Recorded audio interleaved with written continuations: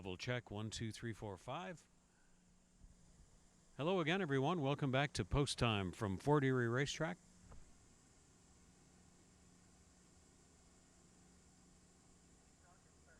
Every Thursday evening here on your TV Niagara, bringing you the highlights and race replays. This is our final program in the month of August. That means we're moving into September. And the rescheduled Prince of Wales Stakes is coming up on the final Tuesday of September. So we'll be counting down to that and giving you lots more information about the 2020 running of our richest annual classic, the Prince of Wales Stakes, coming up on the final Tuesday of September. We want to again thank you for following along this year on FortErieRacing.com with post time each Monday and Tuesday at 1:10 p.m. FortErieRacing.com, bringing you the race replays, the live stream in high definition, racing schedule, the Ashley Mayu free tip sheet, and much more, always available to serve you at FortErieRacing.com.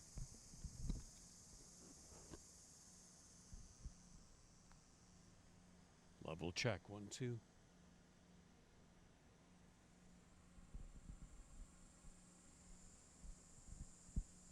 Level check, level check, level check.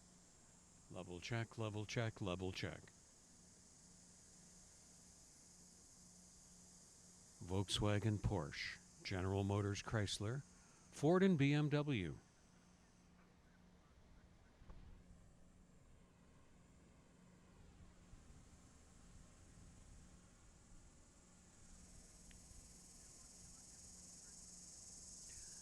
Hi again, everyone, from Fort Erie Racetrack. It's post time on your TV Niagara.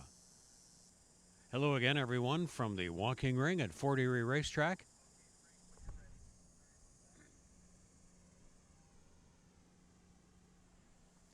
Hi again, everyone. It's post time from Fort Erie Racetrack, our regular Thursday evening program, only here on your TV Niagara.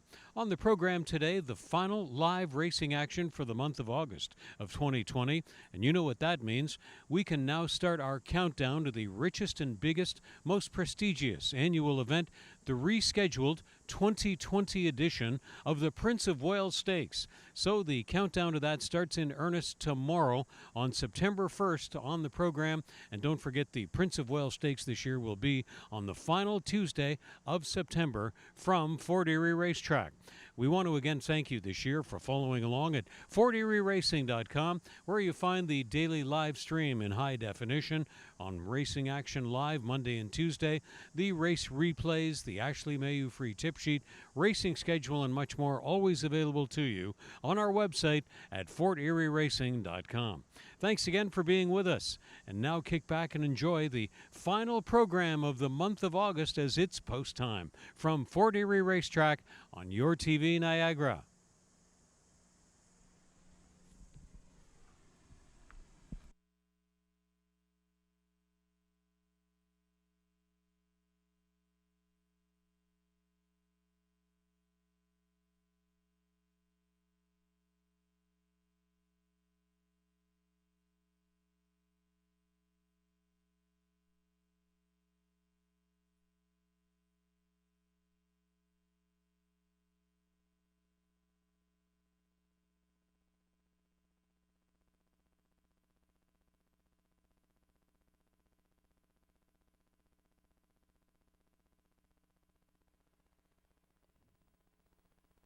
And they're off for program 25 of the Fort Erie 2020 campaign.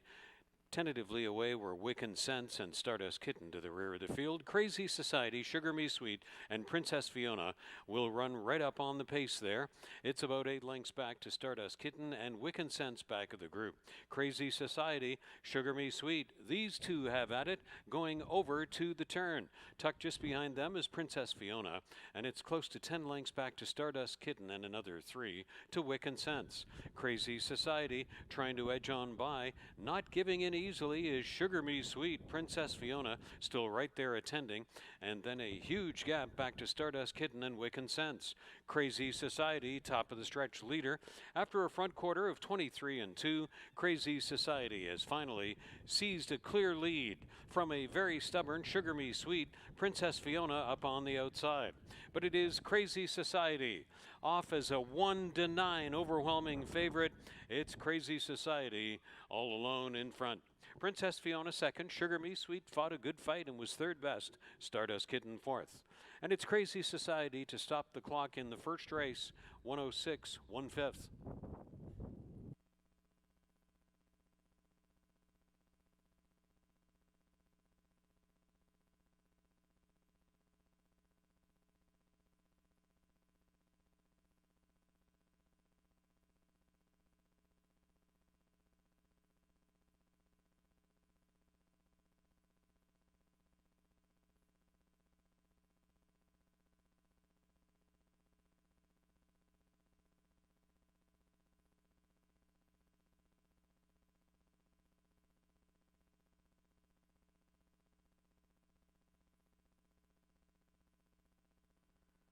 Stand by for a start. They're off in race 2. Get My Gist jumping out well with Ardance Hall and Tale of Ronan. That's the early speed. And leaving the chute, it's Get My Gist reaching up to take the lead. Tale of Ronan is going to guard second along the inside and draft in very, very close to the pace made by Get My Gist. Ardance Hall is third. Then Uncle Lou riding on the outside of Leo the Rabbit, who is now trailing and in between horses. Get My Gist carried into the turn by Tale of Ronan, and Uncle Lou makes more good progress up into third. Ardance Hall is to the inside of Leo the Rabbit, tightly compacted group into the turn, and the front quarter was 23 and 3 contested. Get My Gist finally takes a lead of close to 2 open lengths on Tale of Ronan, who's now backing away, but Uncle Lou is under the final turn gain. Then Ardance Hall has backed away in behind Leo the Rabbit. So they'll make the turn. Get My Gist and Uncle Lou are the top pair after a half mile of 46 and 4. Get My Gist through the stretch is going by 3. Uncle Lou is flattened out a little bit. So is Leo the Rabbit. Tale of Ronan and Ardance Hall and Get My Gist and Michelle Rainford going to win by wide open lengths and going away as heavily favored. Here's the place battle, and Leo the Rabbit is second. Ardance Hall was third, and Uncle Lou settled for fourth. Tale of Ronan last to finish, as Get My Gist wins in 117 and 3.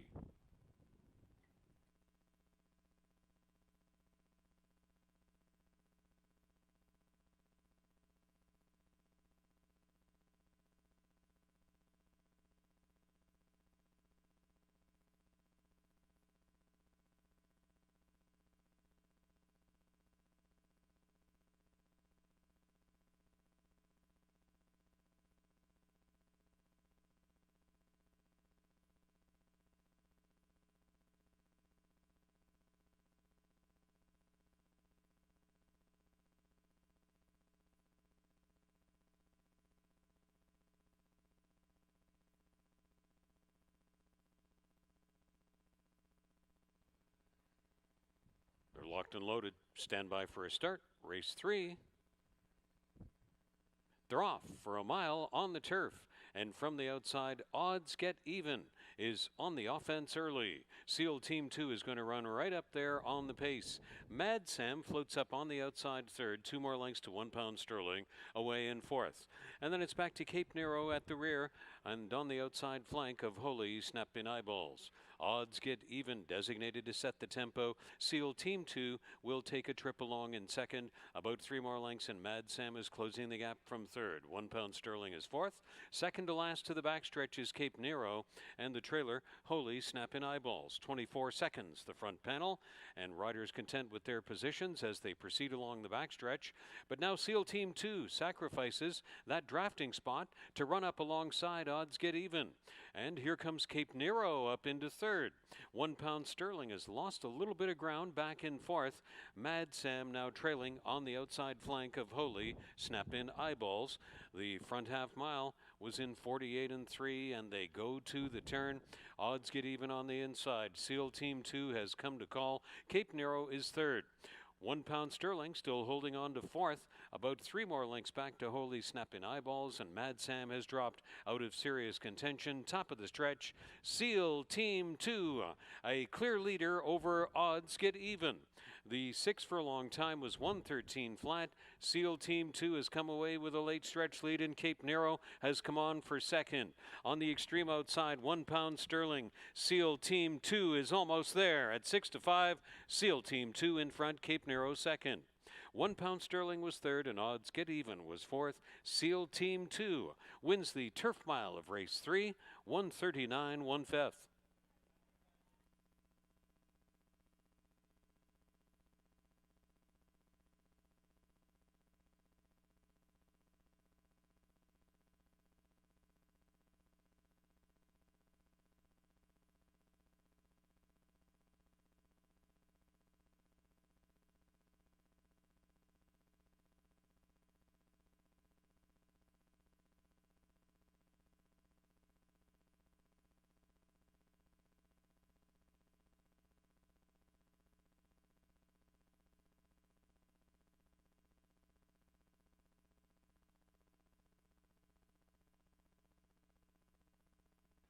Locked and loaded, stand by for a start, race 4. They're off. Good beginning for all. Right along the inside, Love That Loot with Our Petunia. Make the early speed. Decision Day came away into third. Now there's the favorite, running up in the outside fourth in the form of the Narrow Escape. And the last pair, the Other Breeze, shuffled out along the inside. To the outside of that one running past was Giant Mine. So around the first turns, up on the point, Our Petunia setting the tempo, and still out wide and driving on with it is Narrow Escape. Narrow Escape on the outside will pick up second. Love That Loot now back in third. Giant Mine fourth on the outside of Decision Day, and the Other Breeze is now trailing by about 8 lengths back of the other 5 rivals. Along the backstretch, Our Petunia, stalked by Narrow Escape, who is now cleanly up into second ahead of Love That Loot. And Giant Mine is running out 3 wide along the backstretch. 3 more lengths to Decision Day, and 8 more to the trailer along the backstretch, the Other Breeze. Making all of the speed to the final turn has been Our Petunia through splits of 23 and 4 and 47 and 3. Our Petunia. Love That Loot has come back on for second. Narrow Escape, this favorite, could be in trouble. 3 more lengths back in third and no more response. So it's Our Petunia and Love That Loot bearing down off the final bend. They come to the top of the stretch. After 6 furlongs in 1:12 and 1, Our Petunia, Love That Loot comes on by. Love That Loot trying to bring it home again and has seized a clear late stretch lead. The Other Breeze from a long way back is getting a late rail run. He's coming hard. Love That Loot and the Other Breeze. The Other Breeze into the win photo. Might have caught Love That Loot. That was mighty close. And then Our Petunia and Narrow Escape had to settle for fourth, and they ran 1 mile and 70 yards to finish millimeters apart.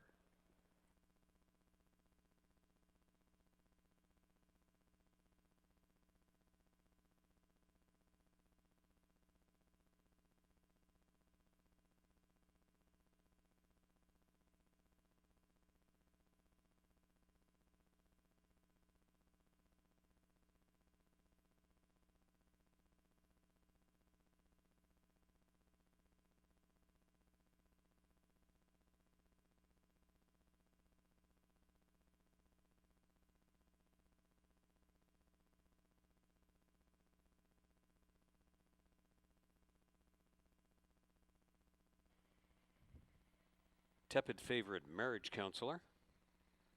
So only box 5 to go. Here comes the Chief. Chief Rolling Thunder is in. Stand by for a start. Race 5 at the post. They're off. For 7 furlongs of action on the turf, Sonar had a good break, and Marriage Counselor was fastest of all. I Idolize You on the outside, and Divine Me between horses, then Cordero. Second to last is Chief Rolling Thunder, and the original Scotty will be the early trailer. Marriage Counselor quickly to the lead and fronts them by 2. I Idolize You runs next on the outside of Sonar, over to the backstretch. 2 more lengths to Divine Me. Running along in there from 4th, Cordero is 5th. And then it's Chief Rolling Thunder Thunder and a bigger gap back to the original Scotty. The opening quarter was in a sensible enough 25 seconds flat, and there on the outside goes Sinar right up into the face of Marriage Counselor. They're almost on to level terms all the way along the backstretch. I Idolize You measuring them from third, and Divine Ami by 3 more lengths has been racing along from fourth. Cadero still completing the front 5. About 6 more lengths to the Chief Roland Thunder. Way back of the field is the original Scotty. Sinar trying for once and for all to put away Marriage Counselor. Sinar and Sunny Singh have seized the top of the stretch lead after a half in 47 and 4. It's Sinar's to win or lose from here. Marriage Counselor Divine Ami is roused and comes to the outside. Sinar under heavy late pressure. Marriage Counselor in on the fence. Divine Ami on the outside. Sinar is digging in. Sinar with Divine Ami. Here comes the wire. Sinar by a head, fighting off Divine Ami and Marriage Counselor, and way back to Cordero, and Sinar digs deep and appeared to hold on in race 5, 125 and 2.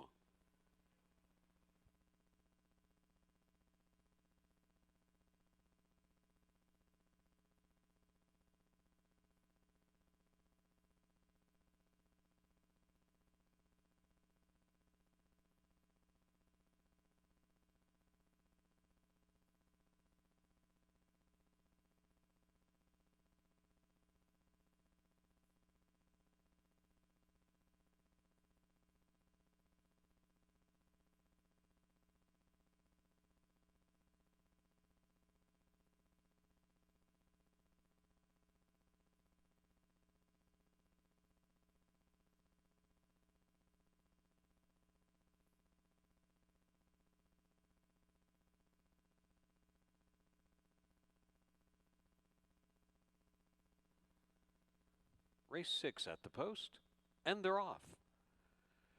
From the inside, Bakersfield on the outside. That's Tobruk, and in between them is Summer Retreat, and Be the Change will be the last one away. So for the backstretch portion of the run, it's Summer Retreat going to be prompting along the speed made by Bakersfield, and diving over from third to draft along, that's Tobruk, well positioned. And only about a length and a half back to Be the Change as the trailer. Into the turn they go, nose to nose, toe to toe, and bridle to bridle up front. Matching strides are Bakersfield and Summer Retreat onto the turn. The opening quarter, a deceptively quick 22 and 1. Bakersfield and Summer Retreat really having at it to the top of the stretch, and then Tobruk and Be the Change readying to come wider after laying off of this sizzling speed. Here comes Be the Change, gobbled them right up, last to first, boom, just like that, and Tobruk is now brought out to the grandstand side.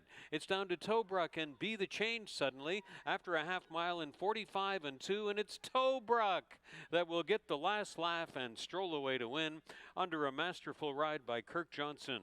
That's Tobruk defeating Be the Change, Summer Retreat, and Bakersfield last to finish. Tobruk in the end in the 6th, 111 and 2.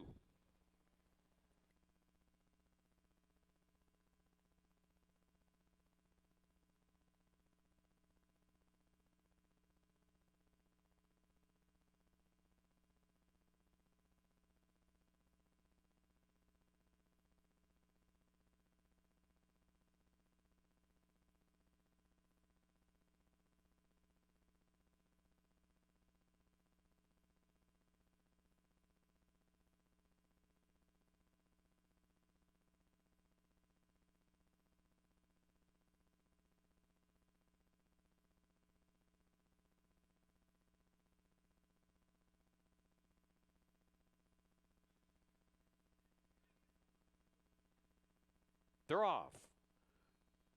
From the outside, Mystery Day looked for a big beginning. Stormy Susie, one of the best of all, and Moon Rover flashes early speed. Silent Charity is going to be up near the pace. Musical Flight is on the outside flank of Raspberry Wild, and 1-4 Nikki will race from the rear of the field. Moon Rover is sent out front. Stormy Susie taking a good-looking trip on the inside flank of Silent Charity. Mystery Day is on the outside fourth. Musical Flight has passed Raspberry Wild, and 1-4 Nikki is the trailer and going to the outside over into the backstretch.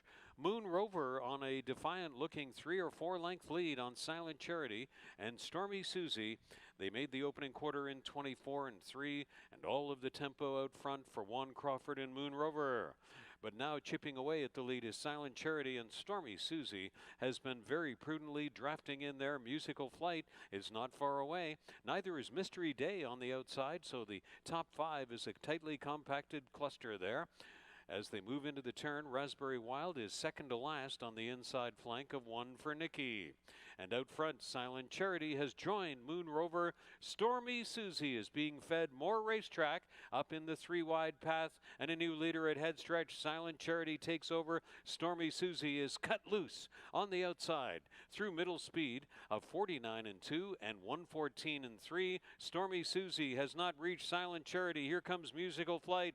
Musical Flight in full flight out on the grandstand side, seeking to become a repeat winner. And Musical Flight, well timed by Mark Lee Buchanan to win over Stormy Susie. Silent Charity was third, and One for Nikki was fourth. And Musical Flight does it again. 140 and 3 for the Turf Mile.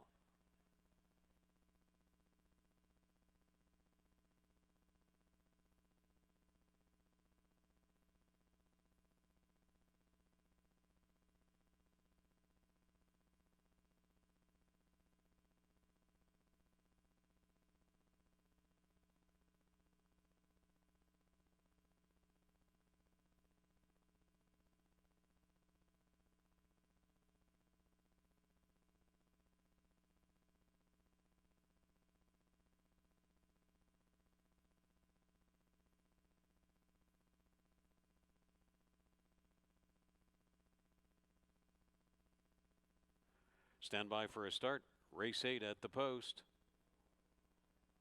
They're off. And coming out from the outside was Thor's Thunder, checked and taken back Shengasa, and down along the inside, Jack Beanstalk with Silencium flashing speed, and Awesome Miner runs up near the pace. With Fahrenheit and Thor's Thunder wide, and Deputy of Egbert saving the ground along the inside. Chestermere is third from last. Forehead Fred, as usual, is in reserve, and Shengasa is back of the group. It's Jack Beanstalk and Silencium that are making a lot of pace out there. Deputy of Egbert along the inside. Fahrenheit runs up on the extreme outside of Awesome Miner, and it's a break of about 6 more lengths back to Chestermere, Forehead Fred, and Shengasa. Round to the top of the stretch. They'll all be chasing Jack Beanstalk still after speed of 22 seconds flat, and Silencium has been up close to the pace, and they turn for the payoff in the nightcap in Fort Erie. Jack Beanstalk was setting the pace. Thor's Thunder cut loose to the extreme outside. Silencium has no more momentum. Jack Beanstalk is still going. It's Jack Beanstalk at 8-1 going to wire the field. Jack Beanstalk was terrific in victory. Here's Shengasa with a huge late rush for second. Then Silencium, Thor's Thunder, and Awesome Miner. None were going to reach a perfect and well-meant Jack Beanstalk this day. 110 and 1/5.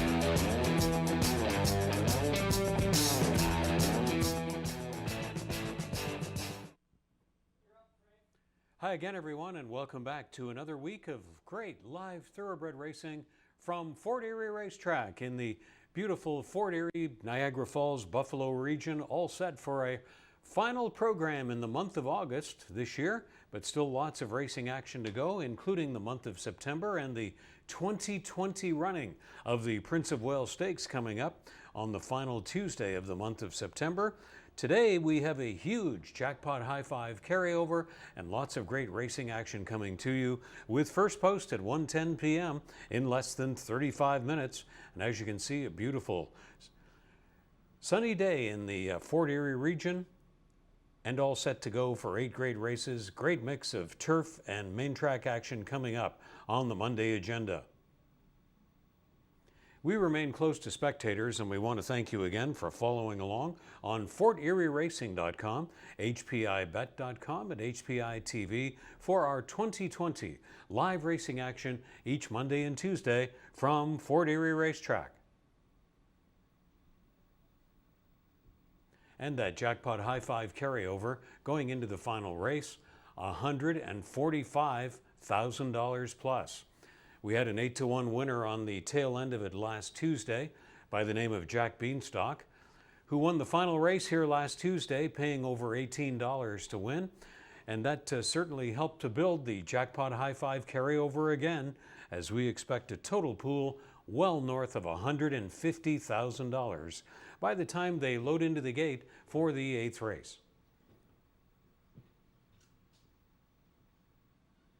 Our live racing schedule through to the end of the meet in mid-October, each Monday and Tuesday at 1:10 p.m.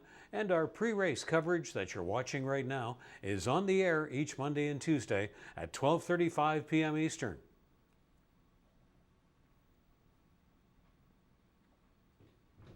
Become a member today of HPIBet.com and you'll get $100 into your account when you bet $100. Membership includes enrollment in the HPI Bet Rewards program, the ability to watch 4 tracks at the same time. You can wager on almost 500 tracks from around the world, and you can wager online or on site at any time. Check it out and join for free today at HPIBet.com if you have not already done so. Your TV Niagara every Thursday evening at 8 p.m. It's post time from Fort Erie Racetrack for the weekly highlights and replay show on Your TV, cable channel 700 on the Cogeco system in Fort Erie, Fonthill, Welland, Niagara Falls, and the entire region. That's channel 700 on the local cable system in the Niagara region. Post time from Fort Erie Racetrack on Your TV Niagara every Thursday at 8 p.m. FortErieRacing.com has the live stream and the replays, the Ashley Mayu free tip sheet, the racing schedule, statistics, and much more, now live in HD. FortErieRacing.com.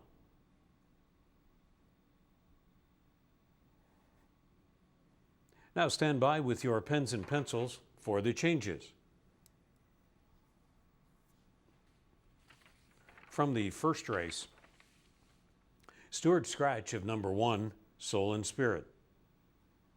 In that first race, 4 Queen's Plate Nolan will race 4 pounds over.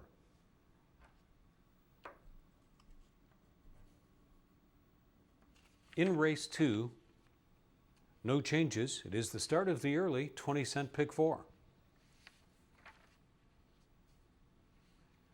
From the third race, Stewart's Scratches of number 3, Dan, and number 4, Max's Last. 3 and 4, Stewart's Scratches out of race 3.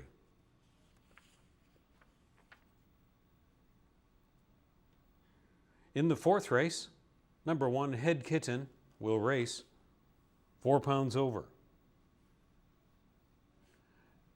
2, Honorable Gibson, 2 pounds over. And 3, Lord Pietro, also 2 pounds over, noting that race 4 is the start of this program's daily Pick 5. Out of the fifth race, 6 Cordero has become a vet scratch. Vet scratch of 6 Cordero out of race 5, starting the late pick 4. In the 6th race, there will be a rider change on 1 Chief Roland Thunder.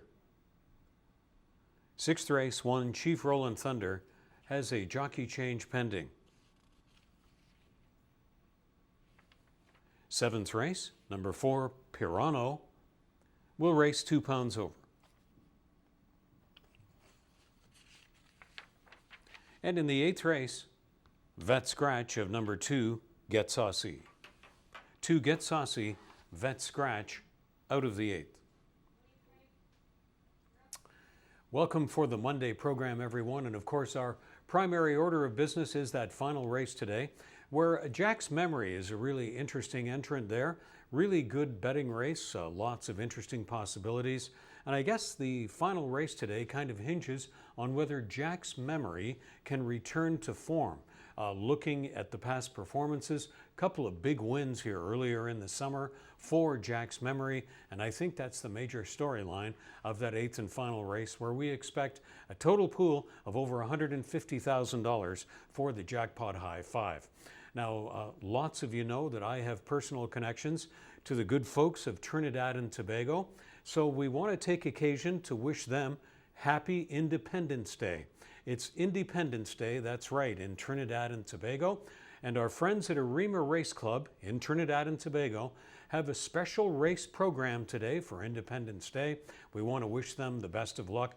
We understand at Arima Race Club in Trinidad there was some sort of a major fire in the executive offices and a lot of the racetrack recently, so we want to wish them a quick recovery, and everybody in the Caribbean tuning in today at places like Caymanas Park in Jamaica, the Royal St. Lucia Turf Club Hub, and of course Arima Race Club in Trinidad. Thank you as always for following along each Monday and Tuesday, as you do in the Caribbean, to the live action from Fort Erie Racetrack.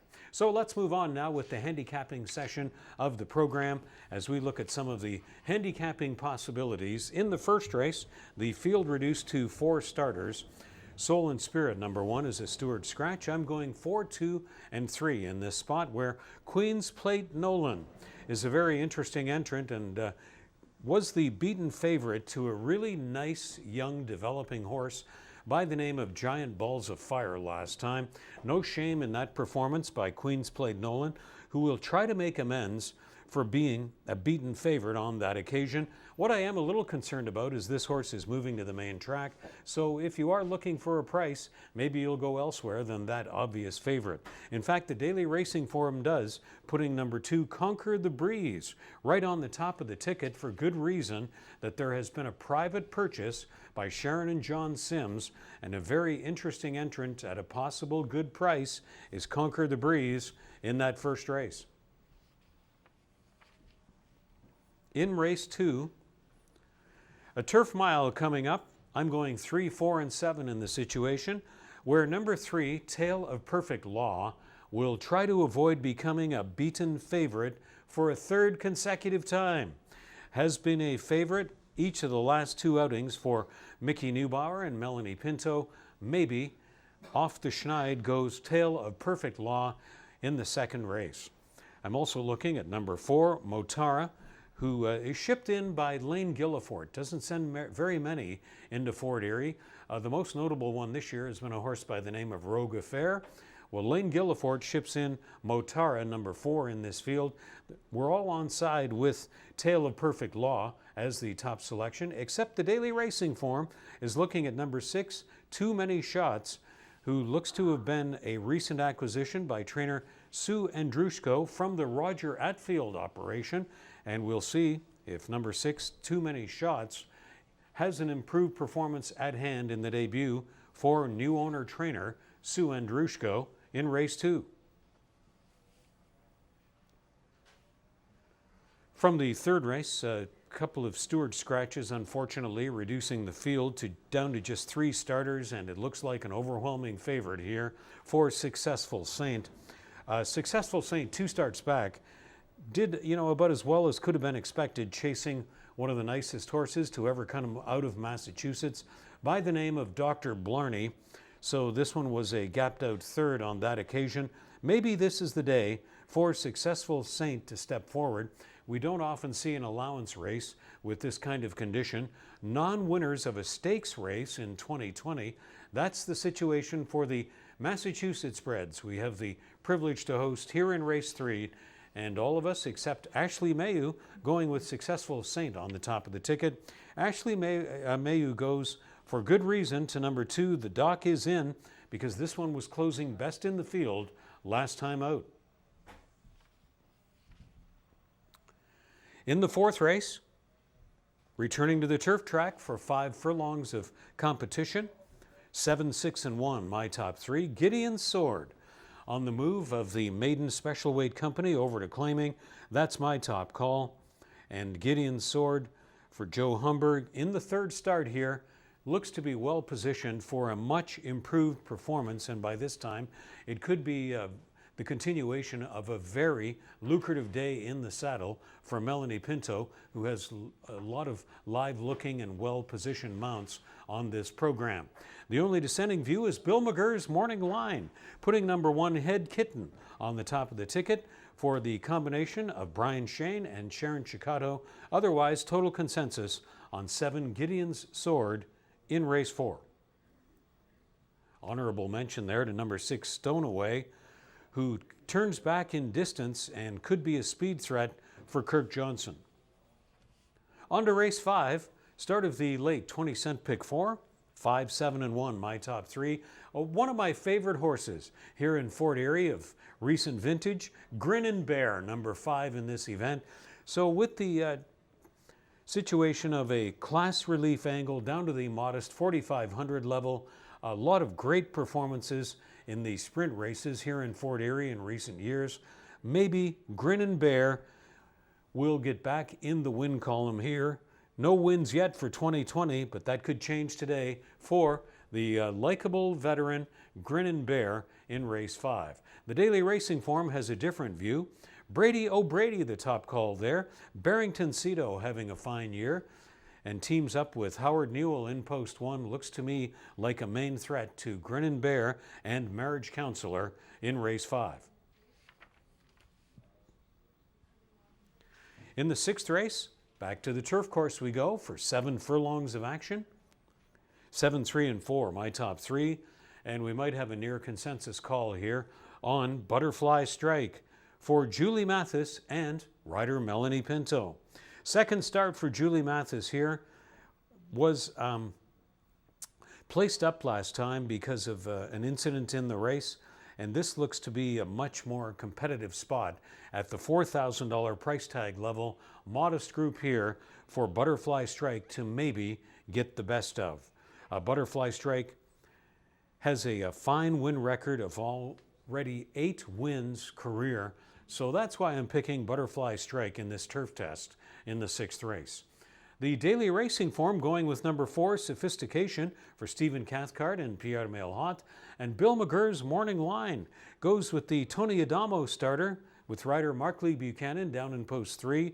That's a good logical choice as well, San Nicola Thunder.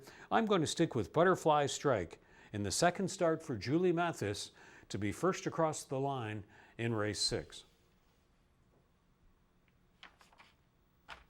On to the 7th race. 5 furlongs on the main track. Should be an intense bit of 5 furlong action here, and I'm going 1, 4, and 7 on the trainer claim angle. And I hope something close to the 5-1 Morning Line holds up on Awesome Flight. Elliott Sullivan reaching in last time with $4,500 of his own money to claim Awesome Flight. The 4-year-old filly debuts for Elliott Sullivan, one of the top percentage trainers here at Fort Erie in recent years. I'm going against the other selectors here. Ashley, the Daily Racing Form, and the Morning Line, all going with Party Dress, who is in obvious good current form after a runner-up and a win recently. But maybe Awesome Flight at a price is the way to go in race 7. Certainly in the short distance races, the outside post starters are often made to run wide the whole way around, and I'm hoping that Awesome Flight maybe will show the short way home in the 5 furlong test that awaits in the 7th. Eighth and final race, the Building Jackpot High Five carryover of an anticipated $150,000 plus. Coming into the eighth race, where number 2, Get Saucy, is a vet scratch. And in the eighth race, I'm going to go 6, 7, and 9, Jack's Memory. Waiting for this one to get back in form. You can see back to June that Jack's Memory, Juan Crawford at that occasions, had a perfect touch with keeping Jack's Memory in reserve and then coming on in the stretch. Well, this 7 furlongs with this class drop, I think, will be right into the strong suit of Jack's Memory if the return to June form is at hand for this mare at 7 furlongs on the turf in the eighth race. If there is a winner other than Jack's Memory, it'll probably be at a pretty generous price. And Ashley Mayu in the daily racing form, both siding with Hanson's Girl, who went a long way on the lead last time, only to be beaten by less than 3 lengths. So if you like speed, maybe Hanson's Girl is the way to go. Otherwise, myself and Bill McGurr's morning line, hoping for a strong closing kick from Jack's Memory, and good luck with how you see it on the top of your tickets in the Jackpot High Five in the eighth race. So the final program of August is at hand from Fort Erie Racetrack, 19 minutes to first race post time at 1:10 p.m.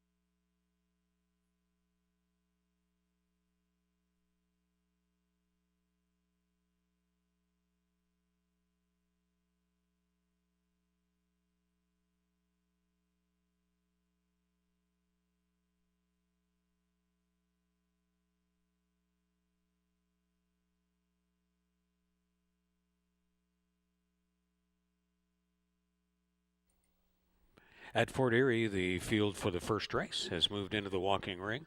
Less than 8 minutes to post time.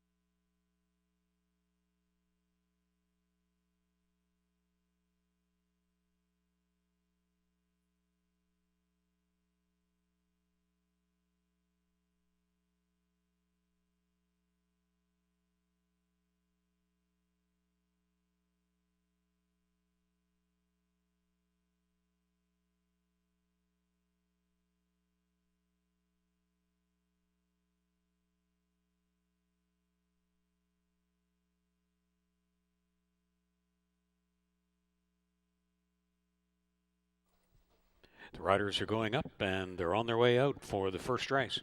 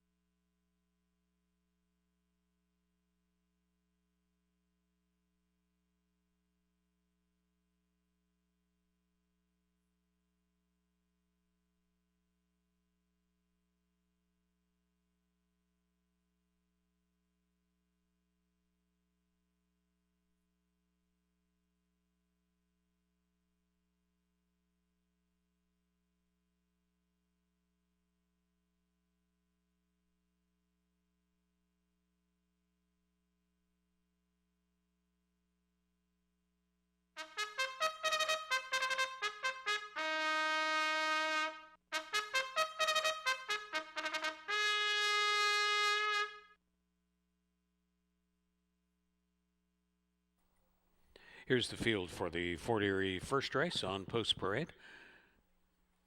Number 1 was a Stewart Scratch. 2 is Conquer the Breeze. Now campaigning for Sharon and John Sims. And Hired to Ride, Melanie Pinto. Ashley Burness conditions for Colebrook Farms, and Juan Crawford is in the saddle of 3, My Joe.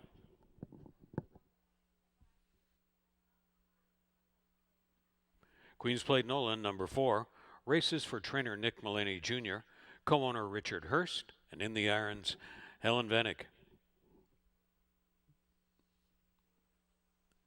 Tip Tap Tango is number 5, trained by Noel Williams for Teston Holder, and the jockey is Jason Hoyt. No show wagering and no superfecta on the first race. But there will be win in place, exacta, trifecta, start of a rolling pick three. 3 minutes to first race post time from Fort Erie Racetrack.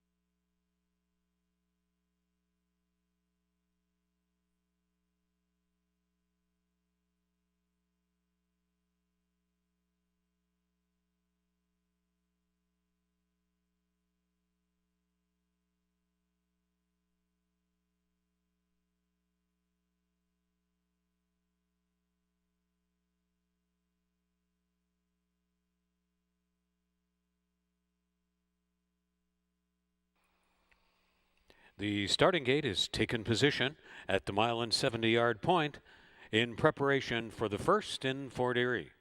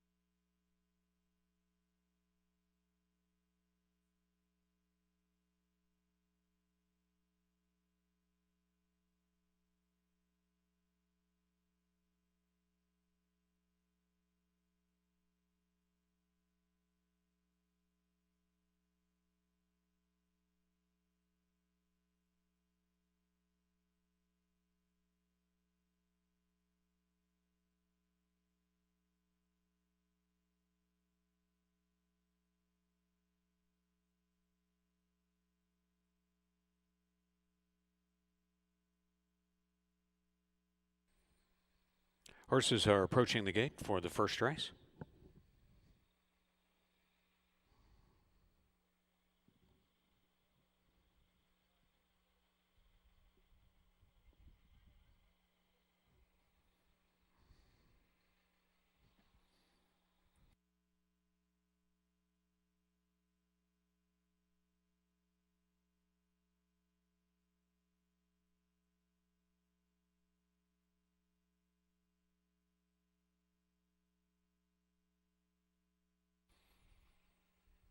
Now readying to step in.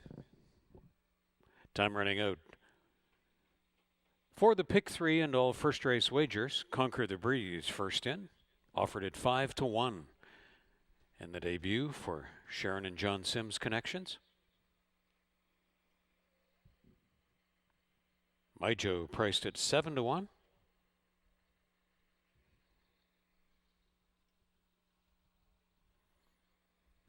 Beaten favorite last start, Queen's Plate Nolan looks to make amends. Going to be a heavy favorite in this situation.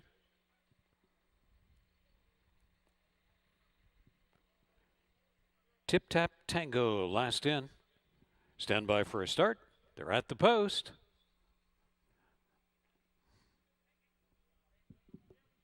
And they're off for the 26th program of the 2020 campaign at Fort Erie Racetrack. And it's My Joe that tries to beat them all out of there. A lot of speed along the inside by Conquer the Breeze, who goes through aggressively. And Conquer the Breeze wins what appeared to be a big sprint there over to the first turn from My Joe. And Queen's Plate Nolan is caught 3 wide all the way around this first turn, about 6 lengths back to Tip Tap Tango.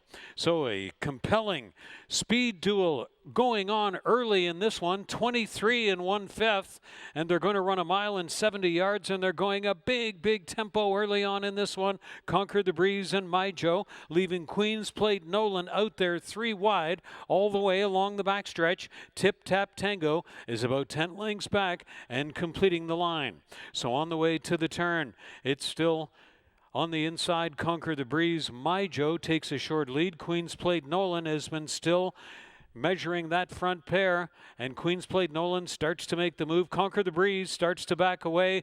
Queen's Plate Nolan and Helen Vanek have come away with a clear lead, but they went 3 wide all the way up the backstretch to earn that.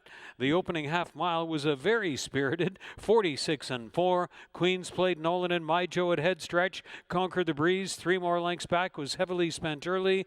My Joe fighting a great fight against a 1-9 favorite in the form of Queen's Plate Nolan, who actually closed at 1-5. Queen's Plate Nolan still a ways to go. My Joe never went away. Conquered the Breeze. Tip Tap Tango got a little bit closer. Queen's Plate Nolan, the 1-5 backers can exhale now as Queen's Plate Nolan won it. Conquer the Breeze came back on to salvage second. My Joe fought a great fight and was third, and then Tip Tap Tango and Queen's Plate Nolan had to work hard to win in 1:45 4.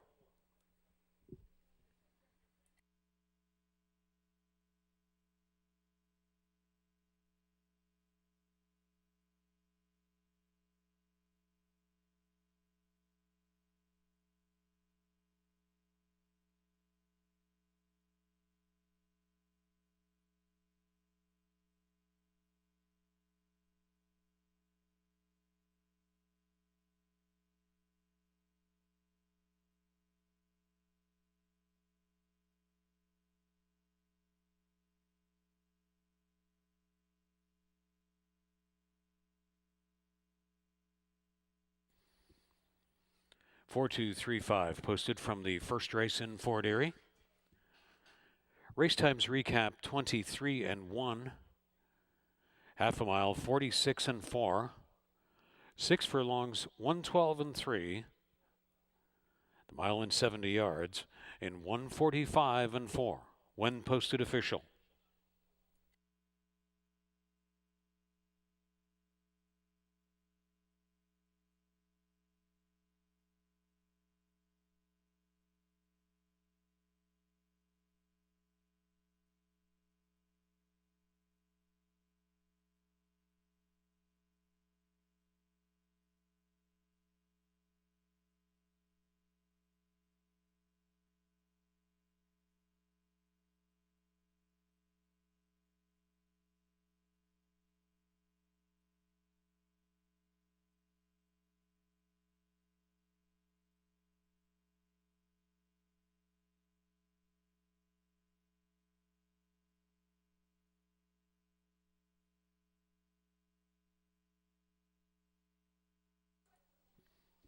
Queen's Plate Nolan returning from the first race in Fort Erie.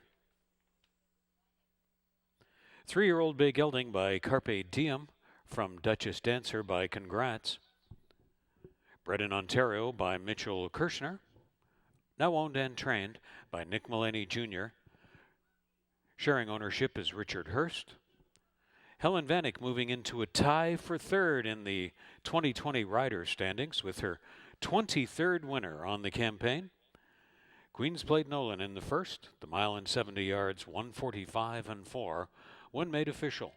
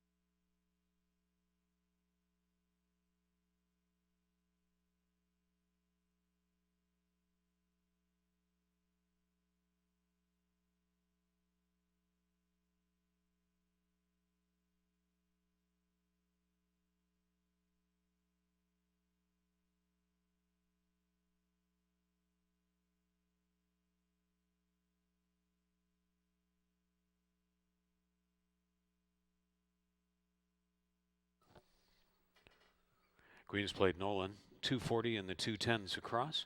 Conquer the Breeze, 240, 210. Maijo, 210. The Exacta, 370.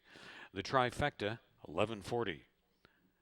The Dollar Superfecta, 423 and 5, $4.80 from the Fort Erie first race.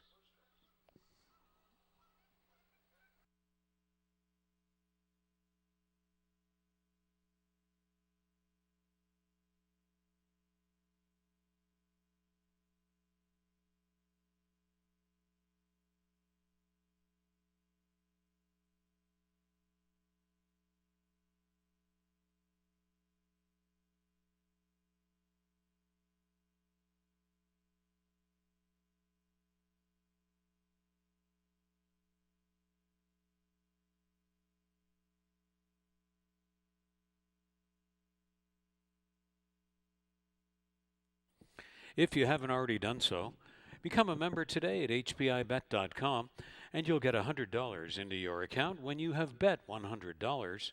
Membership includes the HPI Bet Rewards Program, the ability to watch 4 tracks at the same time. You can wager on almost 500 tracks from around the world, and you can wager online or on site at any time. Check it out and join for free today if you have not already done so. It's hpibet.com.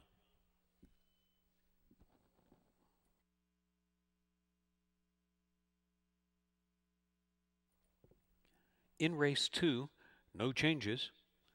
Starts the early 20-cent pick 4. It's 18 minutes to post time. Race 2 coming up from Fort Erie Racetrack.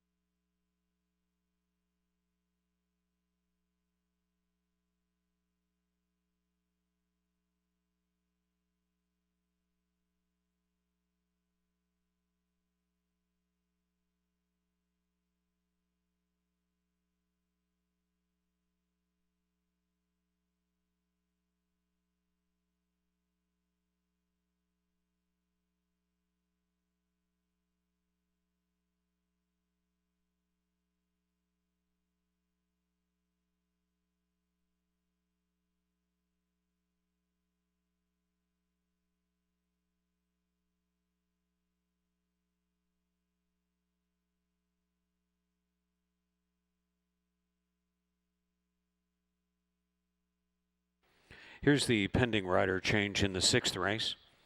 In the sixth race, 1 Chief Roland Thunder, make the jockey Ishmael Mascara. The Fort Erie sixth race, 1 Chief Roland Thunder, the rider change is to Ishmael Mascara.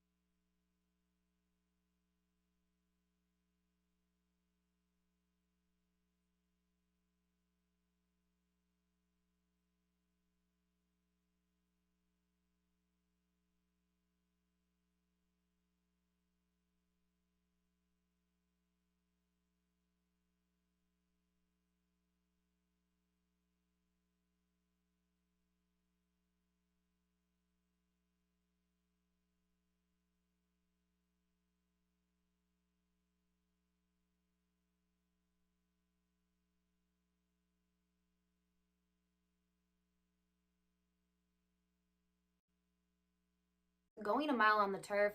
The number 3, Tale of Perfect Law, she's had 2 starts here this year and she's been favored in both of them. Her best finish came last time out at the 5 furlong distance on the dirt. She finished third, beaten by 4 lengths. And kind of looking at how I think this race is going to play out, I think she could be in a good spot because that effort 2 back, she had early foot, and this race lacks pace. So I'm thinking even though she's stretching out in distance and it's a considerable stretch out, she might be able to get to the front and kind of set things to her liking. So I'm going to use her on top again today, but she's failed as the favorite twice now, so she is vulnerable.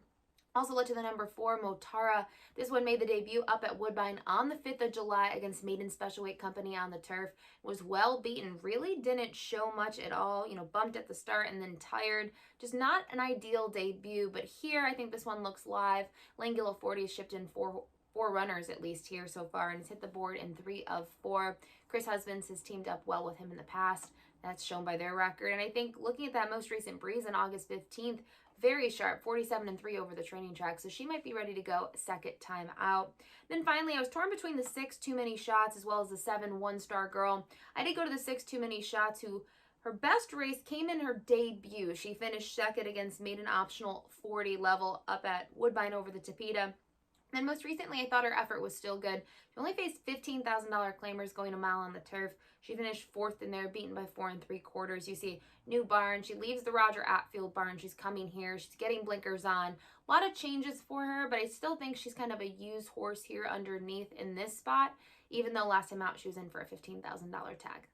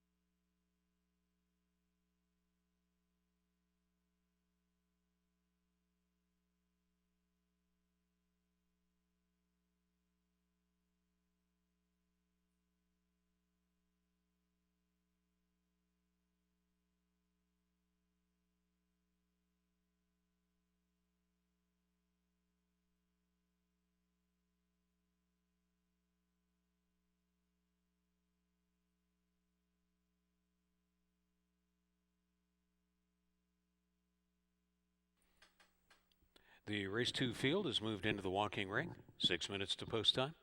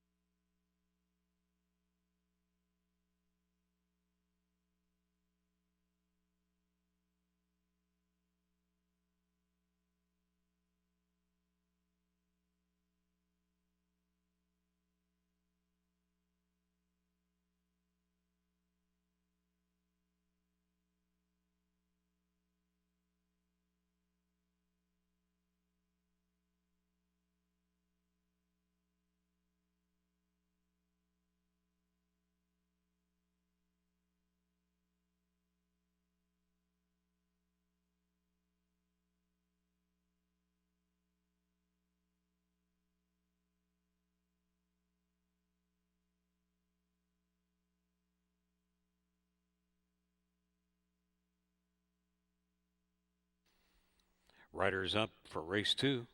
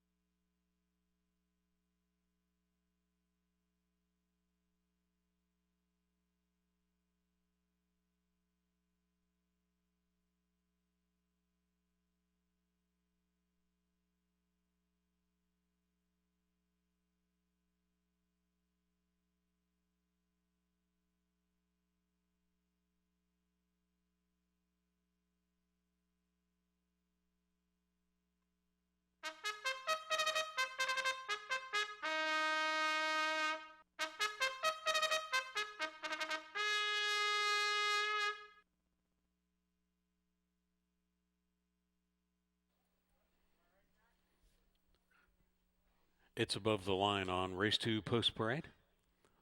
Juan Crawford riding for trainer Ashley Burness and the ownership of Colebrook Farms. Mission City Girl is number 2, conditioned by Julie Mathis for Trinity West Stable and Partners. Kirk Johnson aboard Mission City Girl.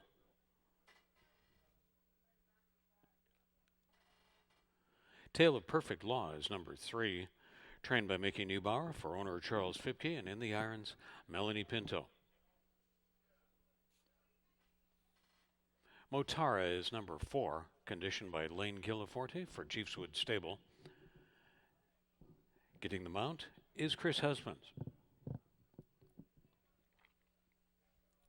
Next on parade is Too Many Shots number 6 with Kevin Nichols up for new owner and trainer Sue Andrushko.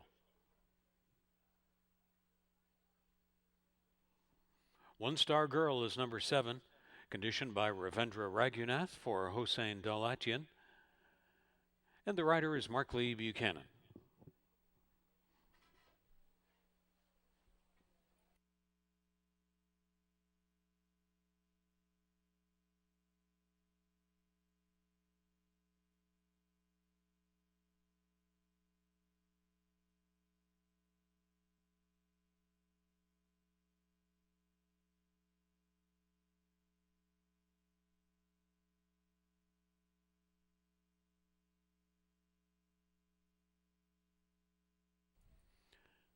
Your attention in this second race. 5 Comet has returned to the paddock, and there is a steward's advisory. A rider change may be pending. Standing by for more in moments on number 5 Comet in race 2, who has returned to the paddock and may have a rider change pending. Stand by for updates in moments.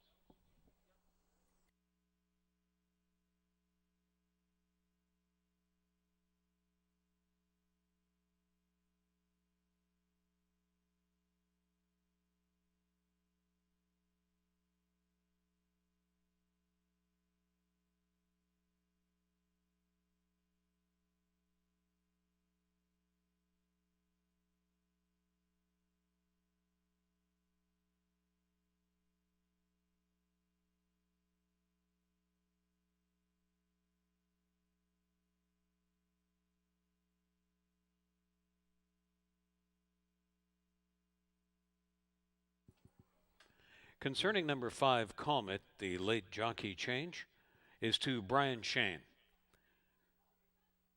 Brian Shane will ride 5 Comet, expected to return to the track in moments for race 2.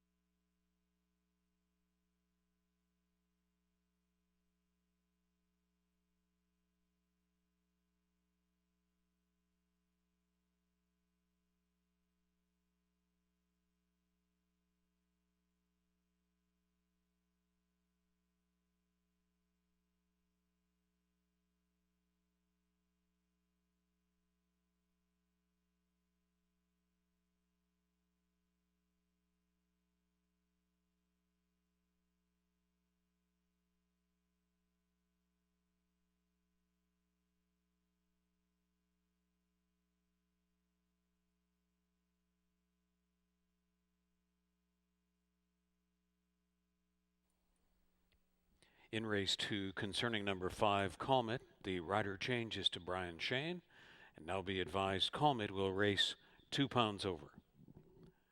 In race 2, 5, Calm It, lead rider change to Brian Shane, and Calm It will race 2 pounds over.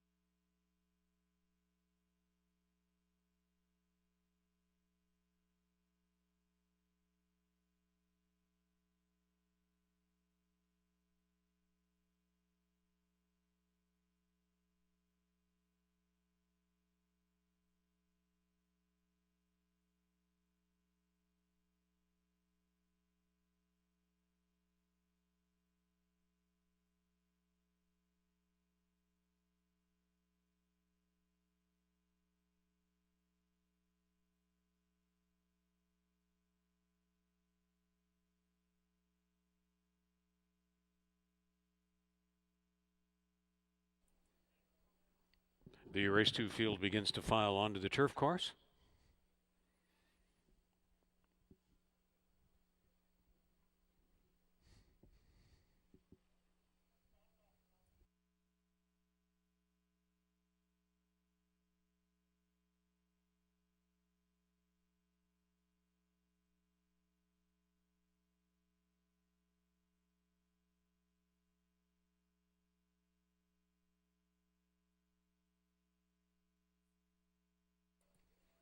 Number 5, Calm It, now on the track, headed for the turf course.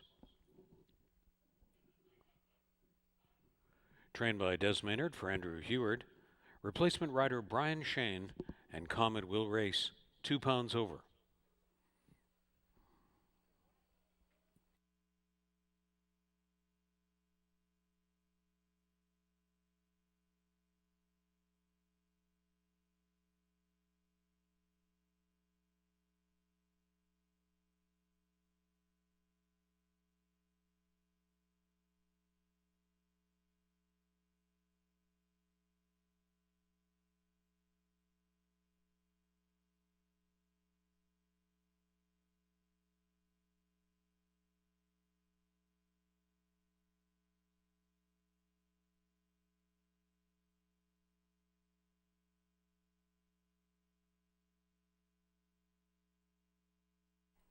The complete field for race 2 is now on the turf course.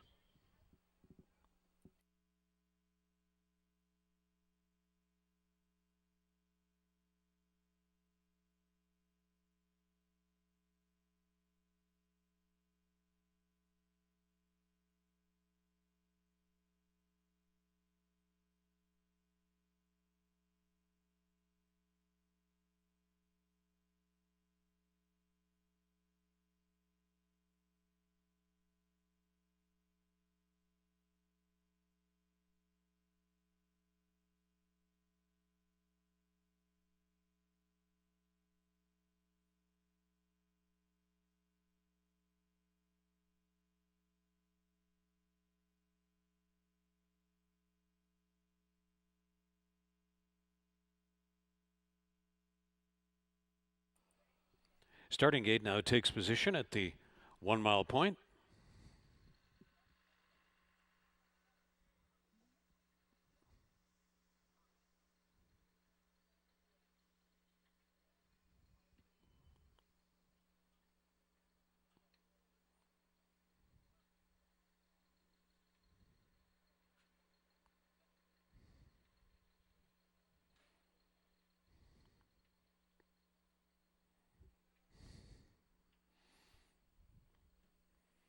Riders under instruction to bring their horses to the gate. Time running out for race 2 wagers, including the early 20-cent pick 4.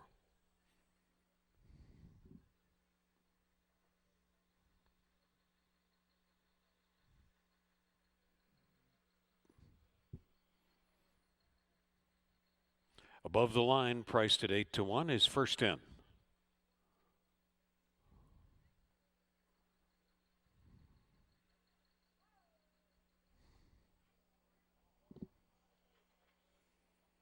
Long shot Mission City Girl.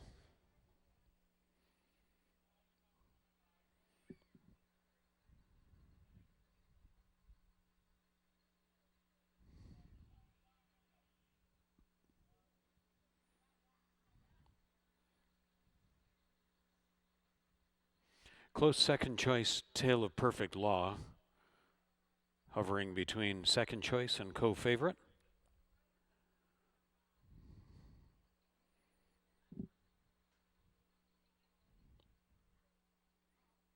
Motara is taking 5-2 action.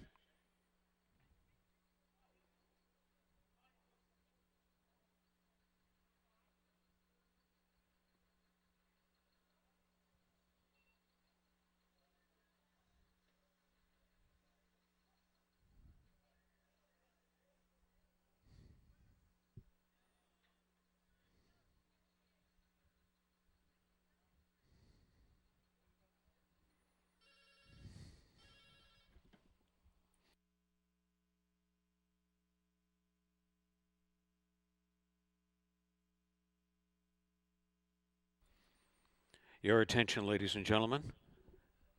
Because of an incident moments ago at the gate, 5 Comet is now scratched. By order of the stewards and the on-track veterinarian, 5 Comet has become a post-time scratch.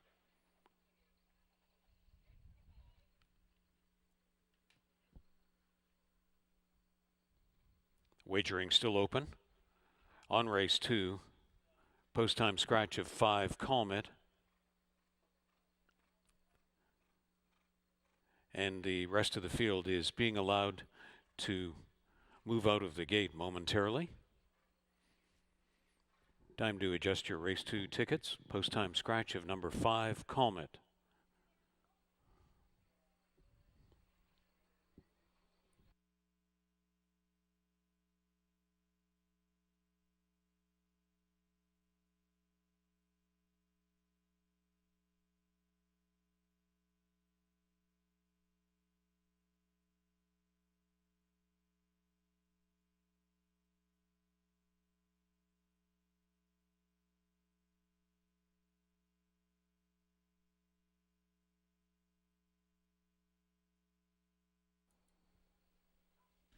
Exchange possible on race 2 tickets involving 5, a post-time scratch. Will be a consolation daily double. And still time for race 2 wagers from Fort Erie.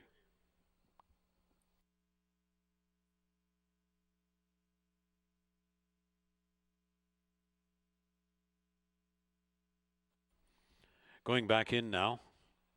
Above the line is first back in.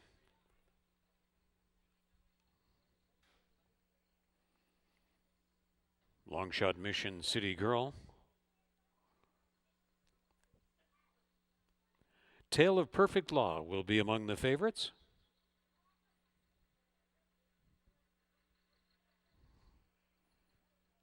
Motara, one of the favorites.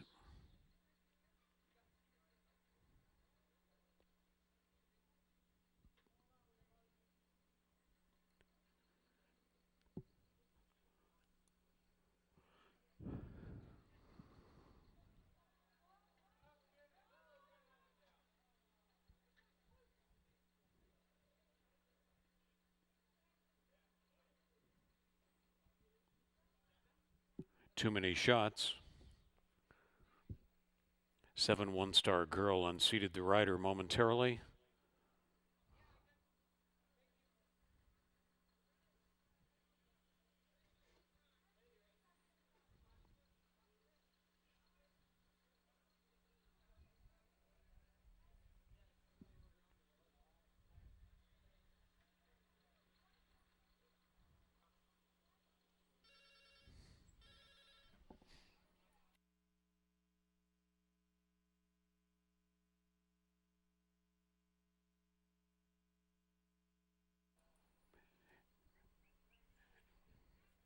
Your attention, ladies and gentlemen, it has become necessary to scratch 7 one-star girl.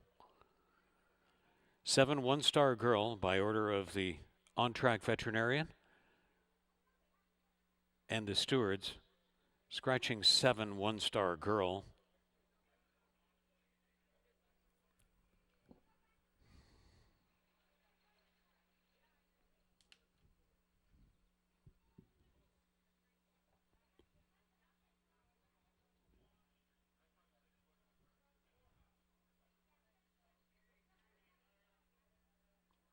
Standing by for a start.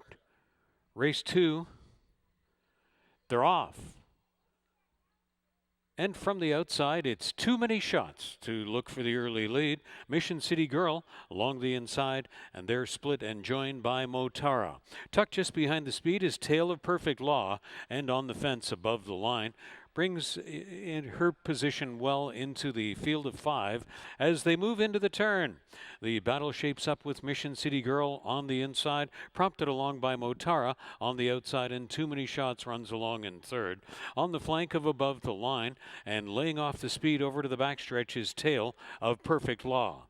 They made the opening quarter in a sensible enough 24 and 1/5. It's Mission City Girl. Mission City Girl, longest on the board, designated to set the early tempo. Too Many Shots is on the outside of Motara. Another length to above the line, and Tale of Perfect Law is angled out for clear run and clear air and racetrack as they move to the final turn. They're ganging up on the top end. Speed of Mission City Girl. Motara was on the outside. Too Many Shots. Tale of Perfect Law waiting behind horses on hold and above the line, not far away, less than 2 lengths off. They'll move around to the top of the stretch. Too Many Shots is the widest one on the flank of Motara and the tempo-setting Mission City Girl. Here comes Tale of Perfect Law now, brought up from last on the outside, and just like that, Melanie Pinto had them measured and brings Tale of Perfect Law to the late stretch lead. It's Tale of Perfect Law kicking away to win at 9-2, and a well-timed and well-meant winner in the end over Motara. Show photograph is above the line, tried to nose out Too Many Shots. Tale of Perfect Law, perfectly timed to win in race 2.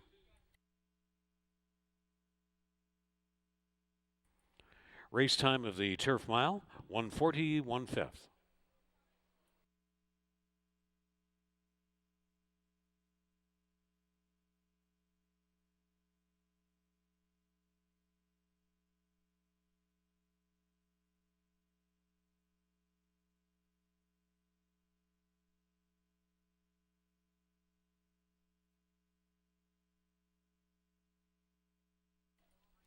The race times recap: 24 and 1, half a mile in 48 and 2, 6 furlongs, 113 and 3, and the turf mile 1:40, 1/5.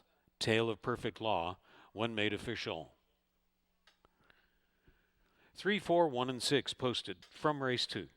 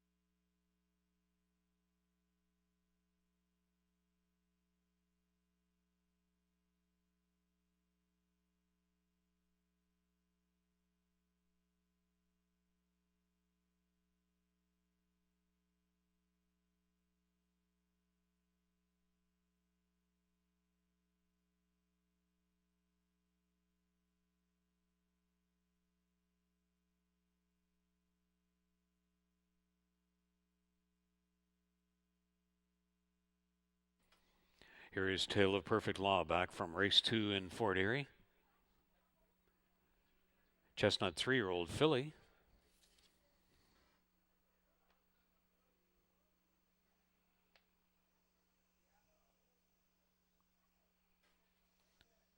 Bred in Kentucky by the owner Charles Fipke.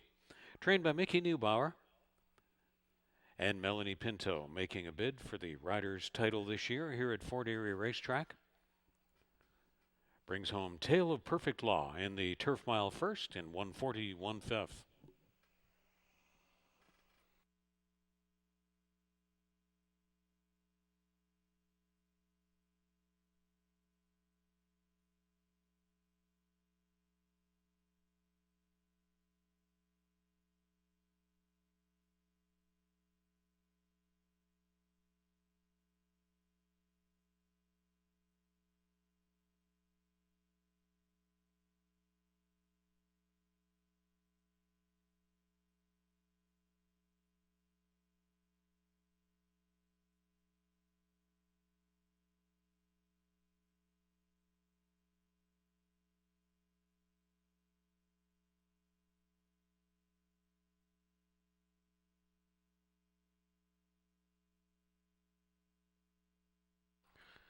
Prices posted from race 2, Tale of Perfect Law, off at 9-2, kicks back 11.80 to win.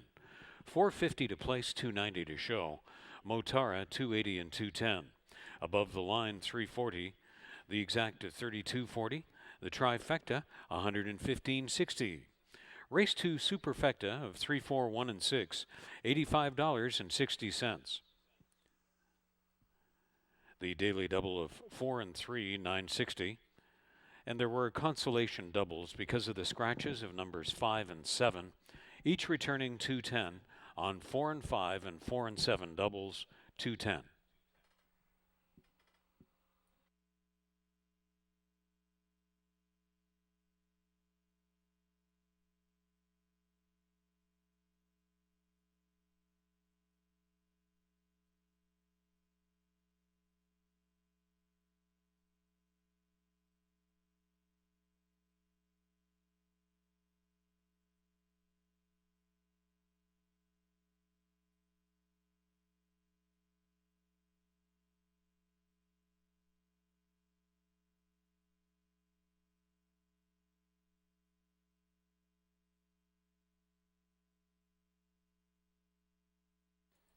The weekly highlights and replay show, post time from Fort Erie Racetrack, is on Your TV Niagara every Thursday at 8 p.m.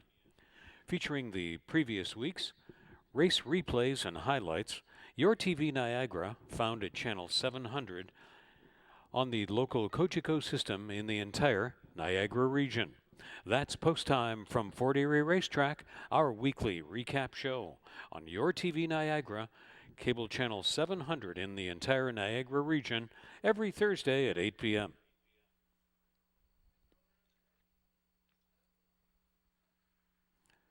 From the third race, Stewart's Scratches of 3, Dan, and 4, Max's Last. 17 minutes to post to race 3 from Fort Erie.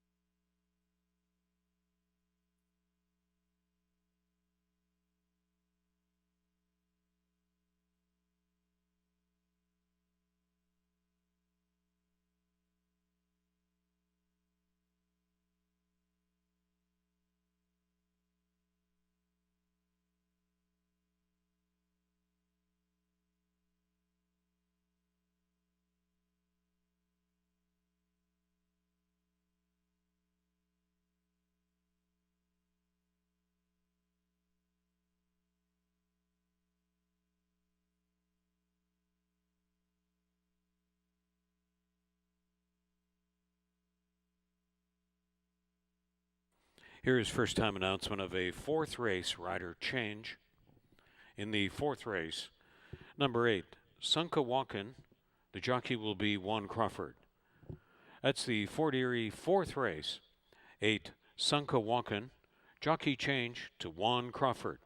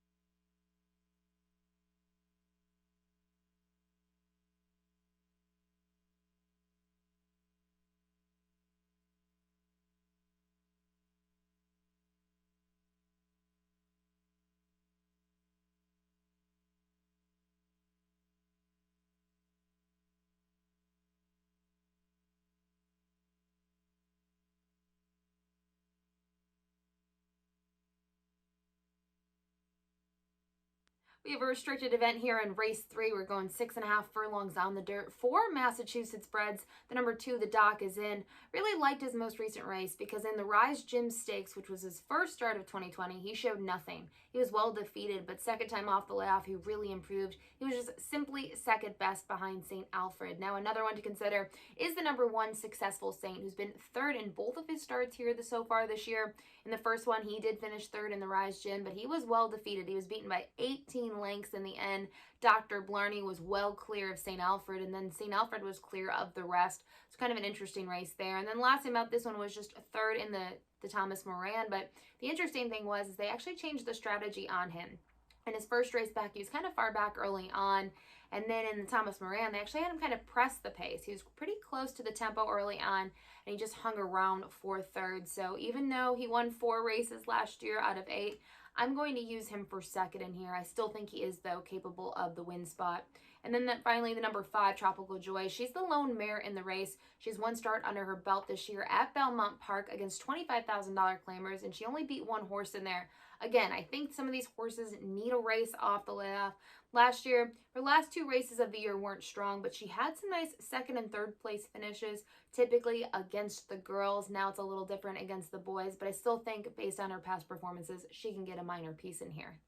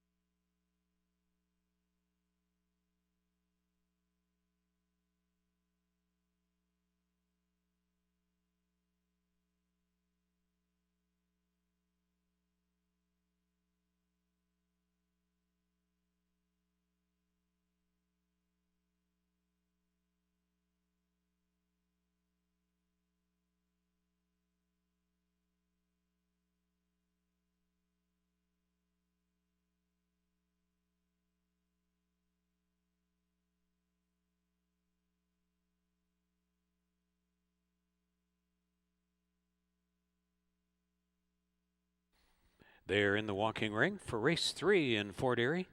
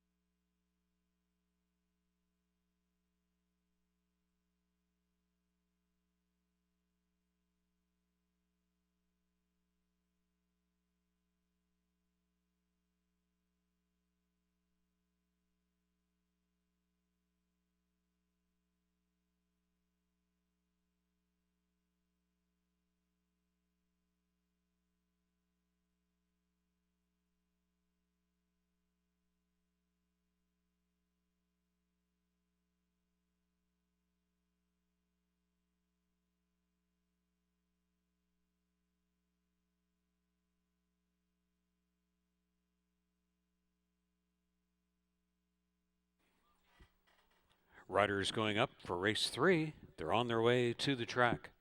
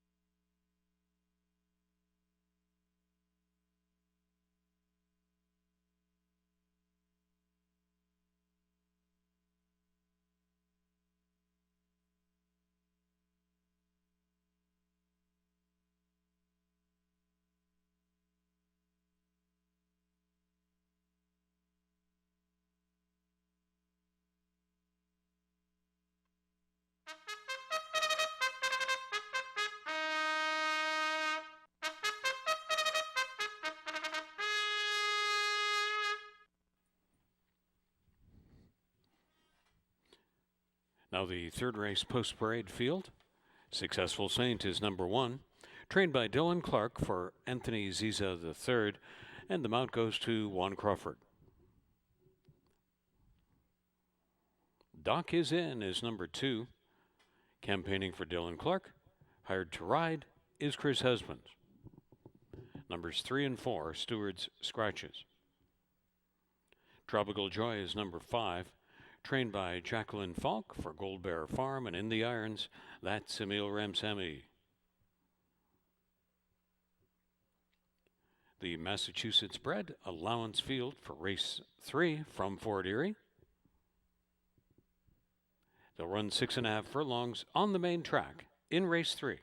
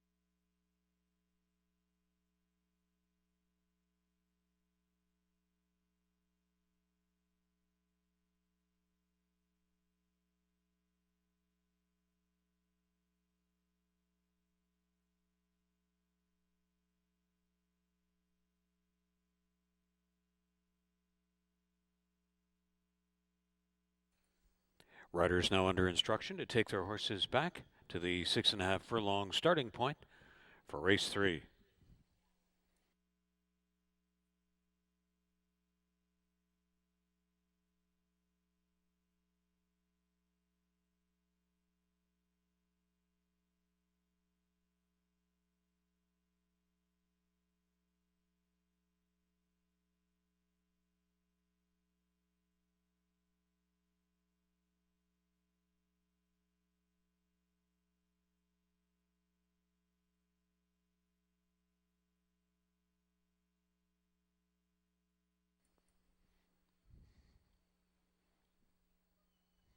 Successful Saint, likely to go off the favorite, first in.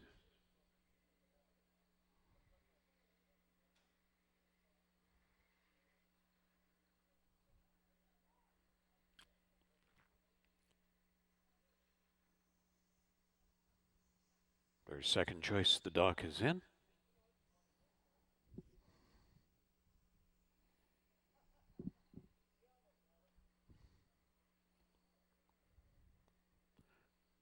Five to 2 offered on Tropical Joy. Stand by for a start. Race 3 at the post. They're off. In the Massachusetts bred allowance race, Tropical Joy has had a really good beginning. Then Successful Saint, and the dock is in. They prepare to leave the chute and run along the backstretch. And a strong early speed presence for the mare, Tropical Joy. Tropical Joy leading Successful Saint by 2 along the Fort Erie backstretch. And the dock is in, has lost a little bit more ground and is 3-4 more lengths back in third position. Tropical Joy, Successful Saint is keeping some good tabs there. And then a bigger gap back to the dock is in. And the opening quarter was in 23-2. Tropical Joy takes him onto the turn, and Emil Ramsamy has this one in a good looking stride. Successful Saint still 2.5 lengths to make up.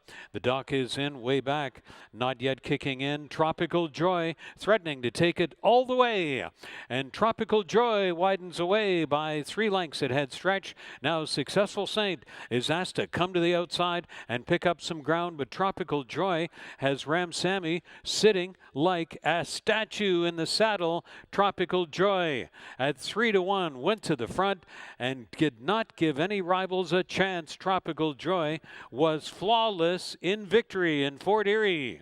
Successful Saint second, the dock is in was third, and Tropical Joy runs that 6.5 furlongs under wraps in 1:17-4.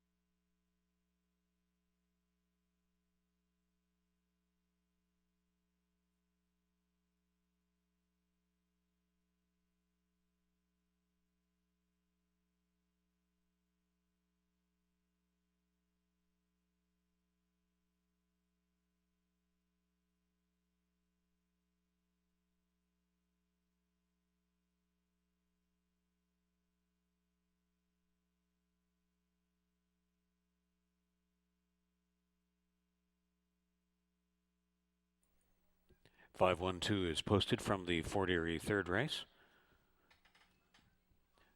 The recap 23-2, 4 furlongs in 46-2, 3 quarters 111-1, and the 6.5 furlongs 117-4. Tropical Joy.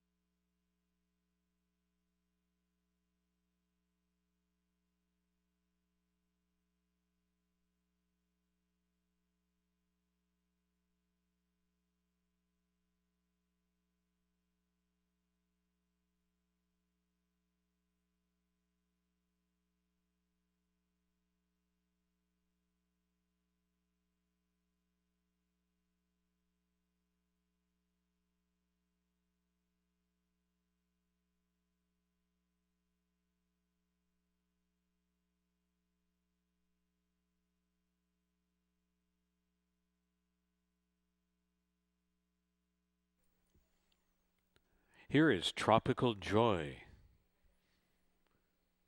Returning from the third race in Fort Erie, the Massachusetts Bred Allowance event for non-winners of a stakes race in 2020. The bay 7-year-old mare by Silk Broker from Tropical Trip by Trippy. Bred in Massachusetts by Christopher Trackus. Trained by Jacqueline Falk for Gold Bear Farm. Rider Emil Ramsamy wearing the mask. On the Independence Day of his birth nation, Trinidad and Tobago.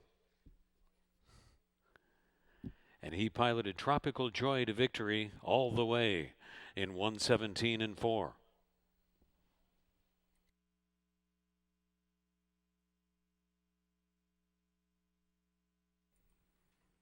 $8.90 to win on Tropical Joy. The exacta 5-1, 13.30. The rolling daily double 71.30. And the pick 3 ended on the third race, $37.60.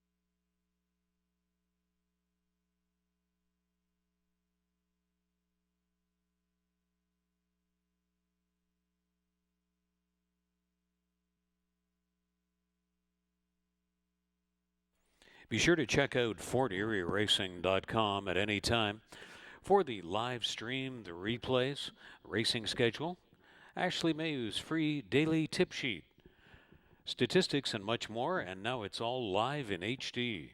FortErieRacing.com.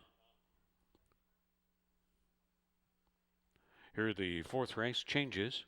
1 Head Kitten, 4 pounds over. 2 Honorable Gibson, and 3 Lord Pietro, 2 pounds over. Number 8, Sunkawakan. Jockey change to 1 Crawford. Race 4 starts the daily 20-cent pick 5, 17 minutes to post.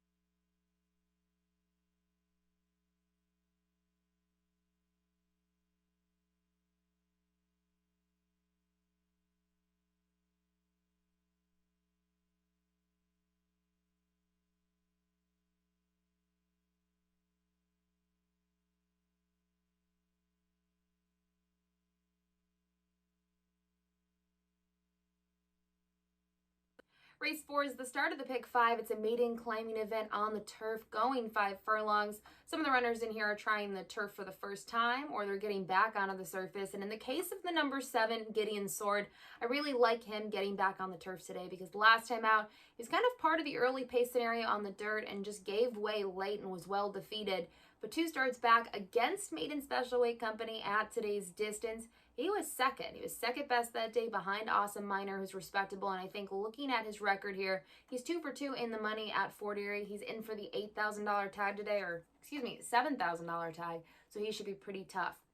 Other one I want to consider is the number 1, Head Kitten, who's only gotten minor shares here at Fort Erie so far, but they've both been on the dirt against Maiden Special Weight Company. He's dropping in for that $8,000 tag today, which is probably a better spot for him.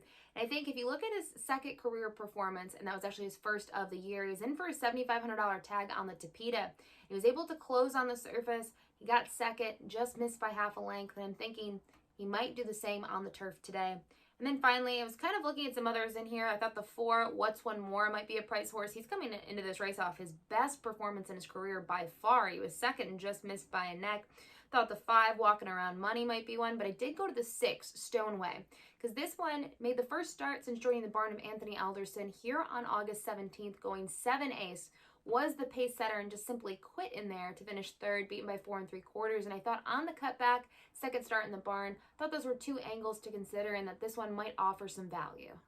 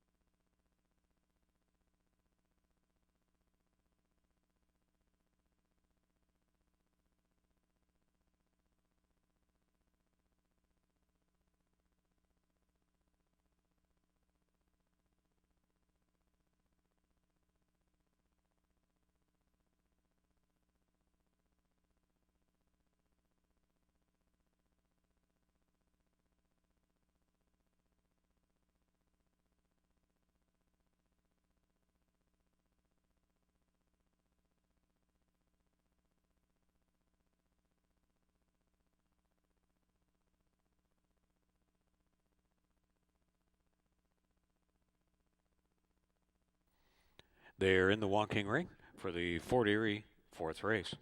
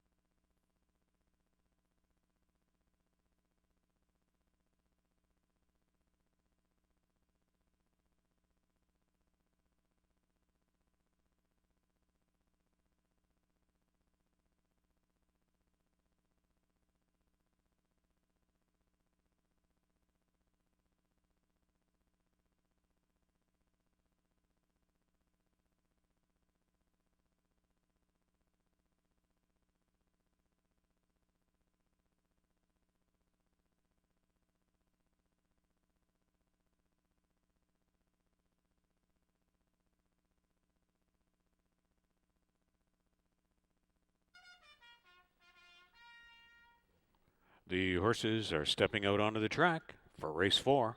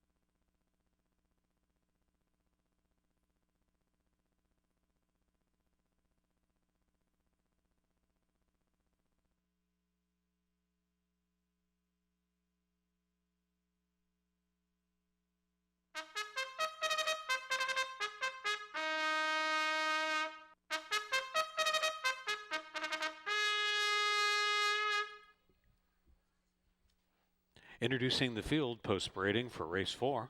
Head Kitten 1, trained by Sharon Chicato, for Rob Noyce and Owen Warren, and in the irons, Brian Shane. Honorable Gibson, number 2, campaigning for Chris Anderson with Helen Vanek aboard.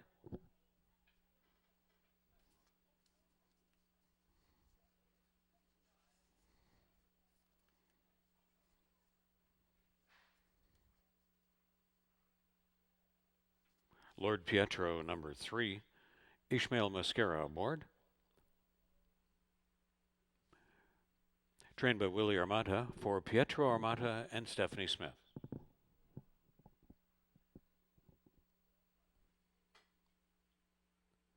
Michael Bennett and Candice Sirianni, the connections of What's One More, number 4, with Chris Husbands up.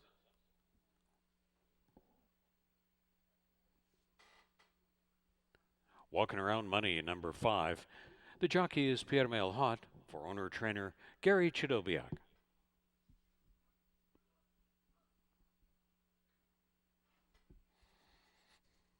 Next, parading the 7, Gideon Sword, Melanie Pinto in the irons, trained by Joe Humber for Awesome Start Stables.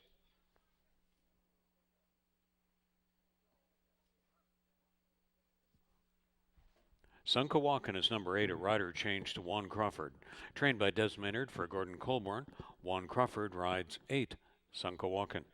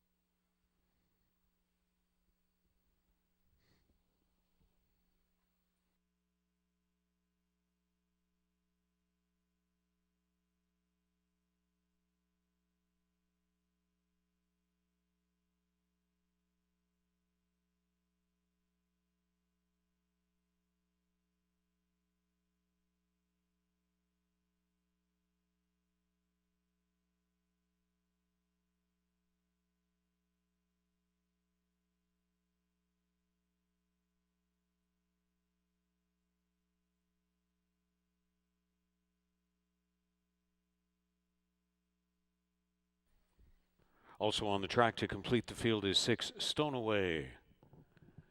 Trained by Anthony Alderson for Malcolm Alderson and Ryan Alderson. Complete field now on the track for the 4th race. It starts the program's 20-cent pick 5. And on the 4th race, rolling pick 3 with Superfecta, rolling double, trifecta exacta, win, place, and show. Race 4 coming up in Fort Erie.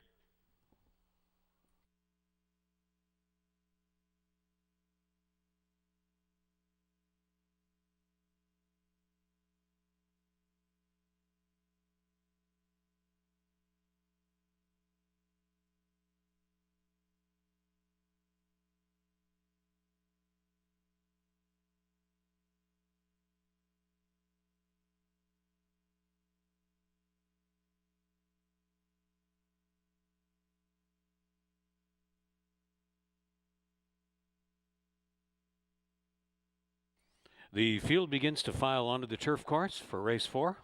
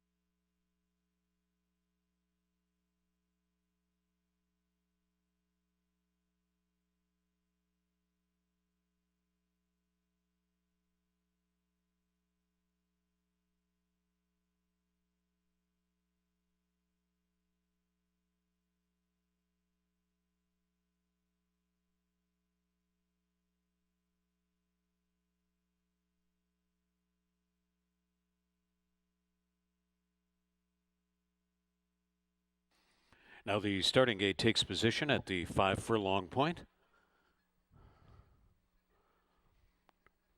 Still time for the 20-cent pick 5 and race 4 wagers.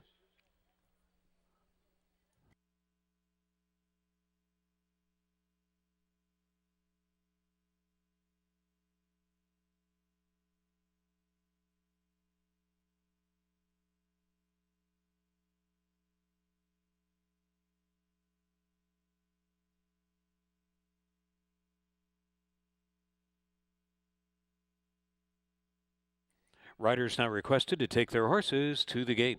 for race 4.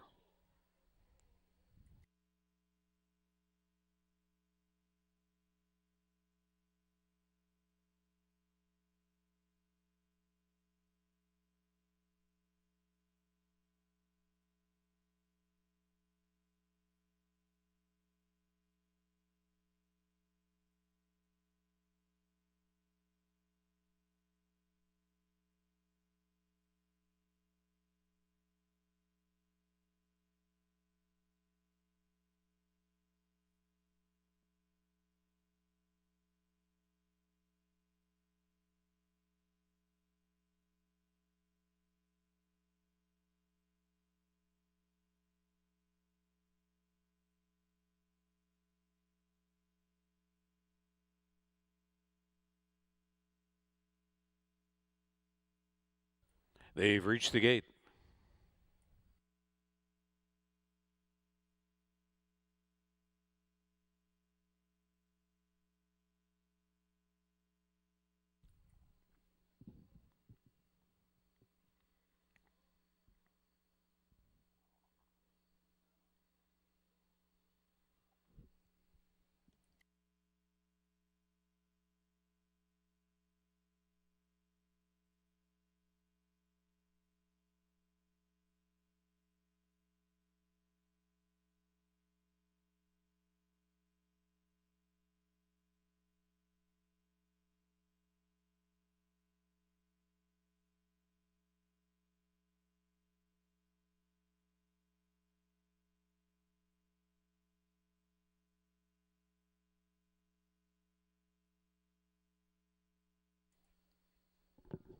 Honorable Gibson, long shot steps in.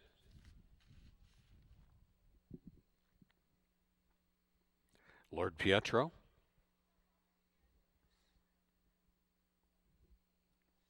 What's One More is 9-1. Head Kitten and Walking Around Money both went in at the same time. Stoneway is 4-1 respect. Gideon Sword offered at 5-2.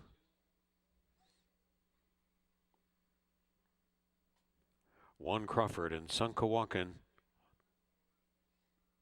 last in.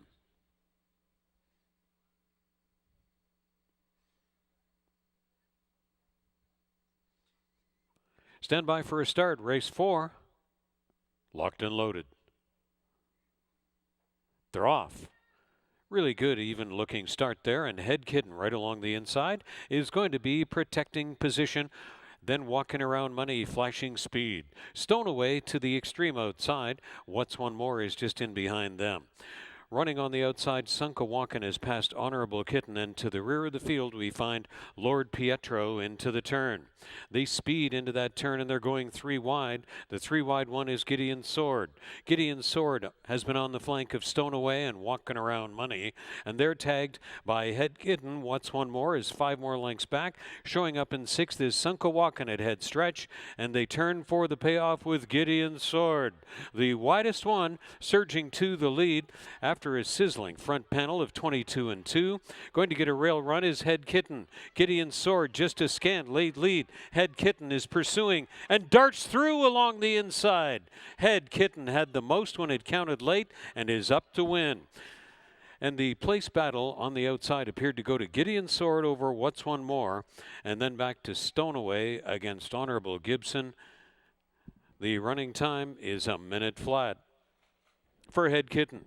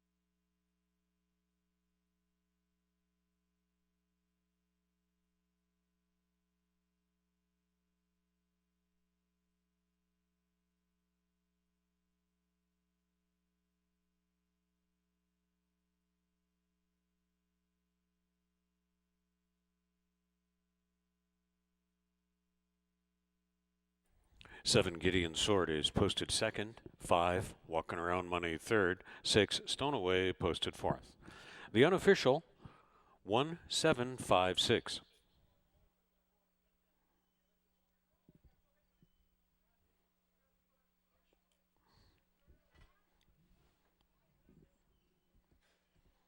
The race times recap: 22 and 2, the half in 47 and 2.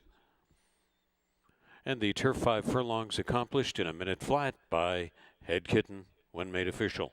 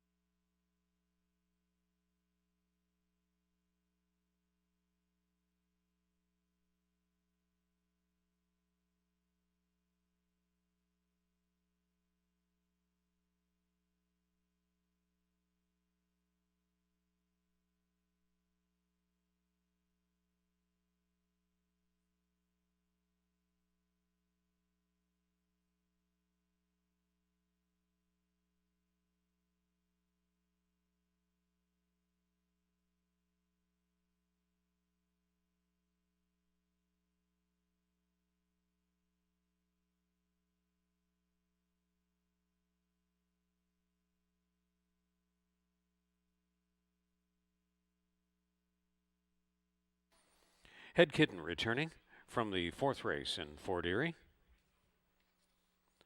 The Chestnut 3-year-old Gelding by Head Chopper. From Leeson Street Lady by Kitten's Joy. Bred in Ontario by Steve Owens. Trained by Sharon Chicato for Owen Warren and Rob Noyes. And the winning ride executed right on the rail by Brian Shane.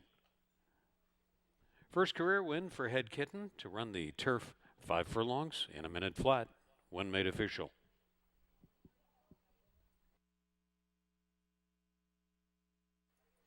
$6.50 on the win ticket, $3.50, $2.70 Head Kitten.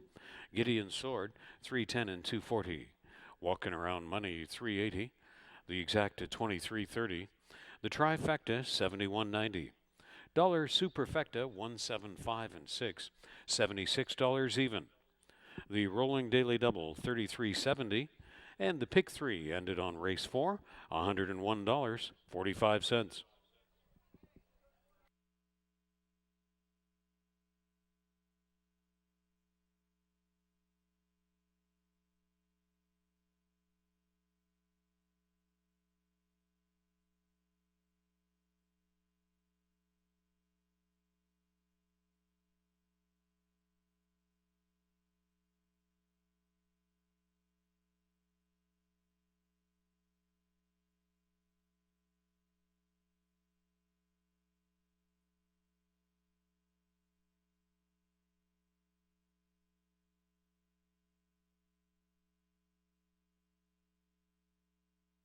Now on display the place photograph of race 4, showing number 7 Gideon's Sword finishing second, over number 5 Walking Around Money.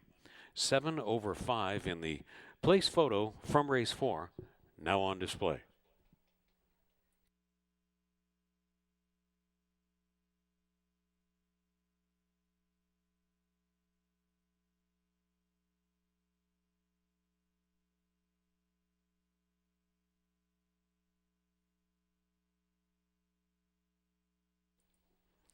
Live racing schedule through to mid-October. We come to you each Monday and Tuesday at 1:10 p.m. with the pre-race coverage on the air at 12:35 p.m. Eastern. The Fort Erie live action schedule Monday and Tuesday through October 13th.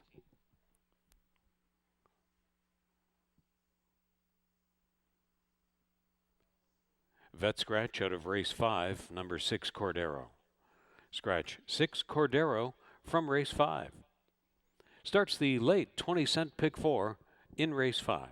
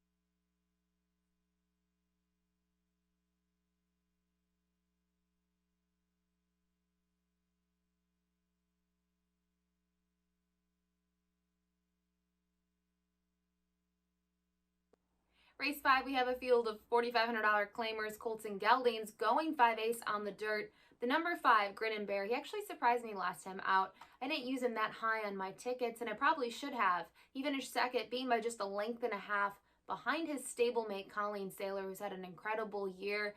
Older horse, kind of a war horse type that's just won several times so far in 2020. And I think it's interesting to see Grin and Bear because he was off slow. He didn't have a great break, but still was able to kind of recover from that and finish second. So far this year, he's 4 for 4 in the money. He's still looking for that first win. And I will say, I don't think he's the same horse as he was last year, but I think in this spot, to me, his numbers are consistently better than the rest. You see Melanie Pintos climbing aboard. Like I mentioned earlier, her and Joe Humber have done quite well together this year. So for me, he's the top pick. Other ones to consider, though, I will go to the one Brady O'Brady, who is, interestingly enough, enters this race off a career best buyer, but he didn't even win. He was second, beaten by half a length.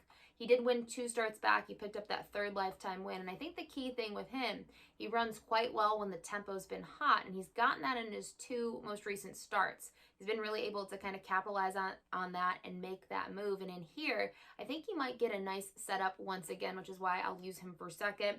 And then finally, I'd go to the 4, fill in the blank. I mean, he's just been a consistent runner here. 8 starts. He's only missed the board once. 2 of those have been wins. Last time out, he was just second best to Love That Loot, and that was his first start since joining the Des Maynard barn. They've had a great season. I think this one could improve. You see Chris Husbands stays aboard today. Maybe he had the option to ride Grin and Bear. Not sure, but that's something to always consider.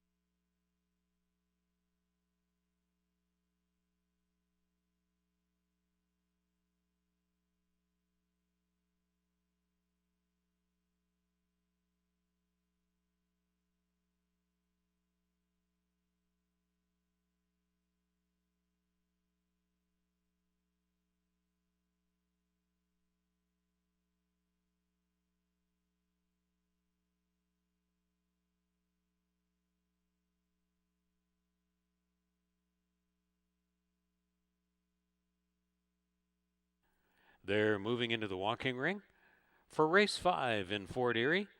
Less than 7 minutes to post.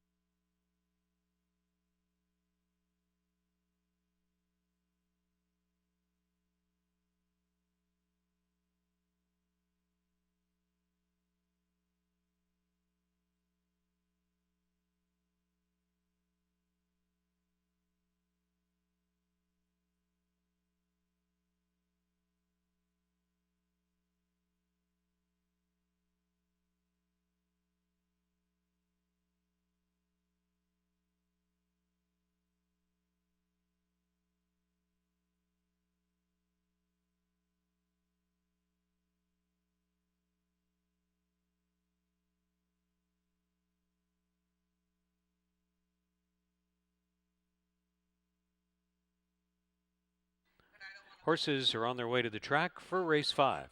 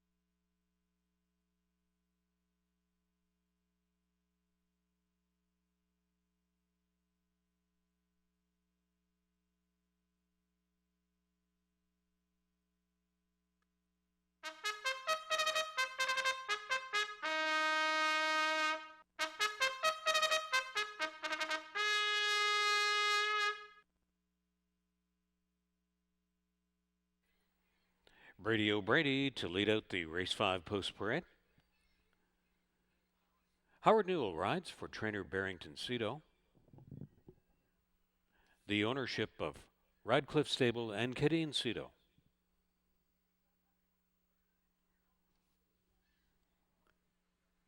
Two is Nupagodi campaigning for Doug Carter with Emil Ramsamy.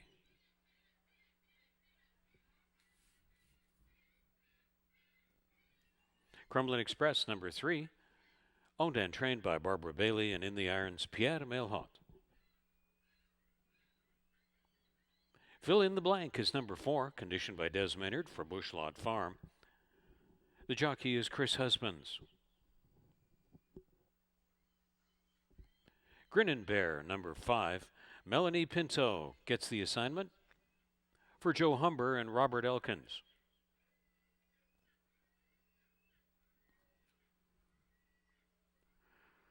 Number 6 was Yvette Scratch.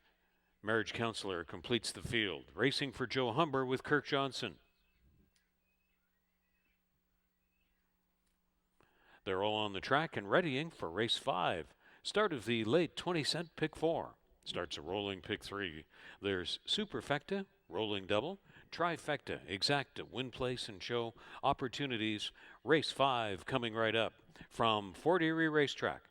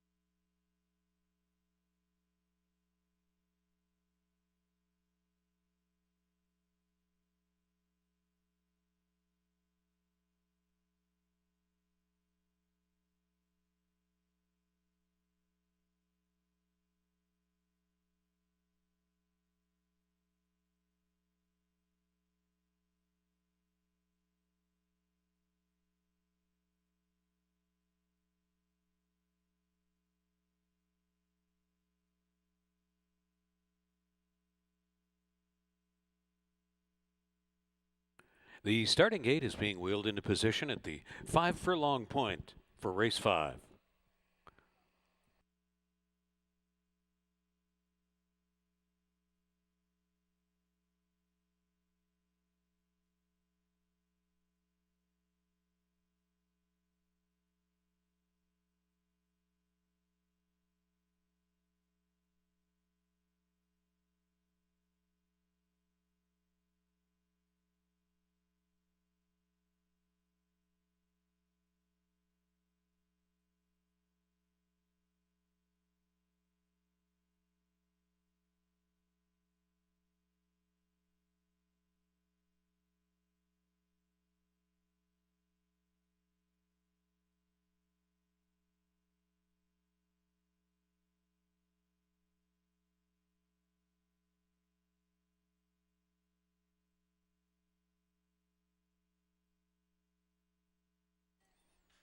Riders now under instruction to bring their horses to the gate for race 5.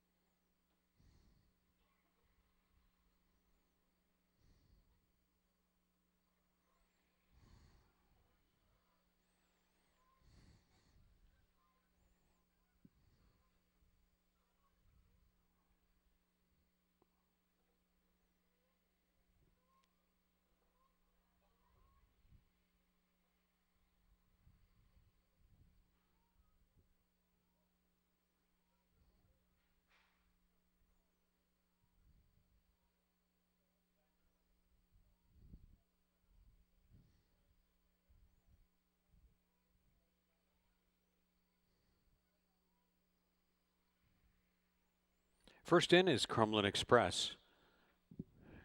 Going to be a long shot. Fill in the blank is getting 2-1 respect.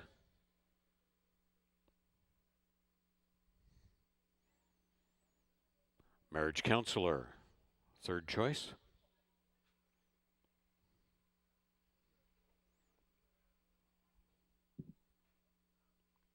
Favored Grin and Bear. So just the inside 2 gates to go.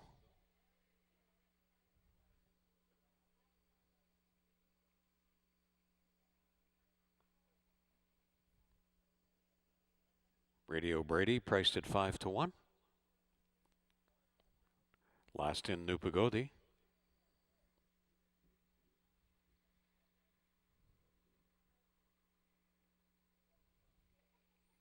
Stand by for a start. Race 5, locked and loaded in.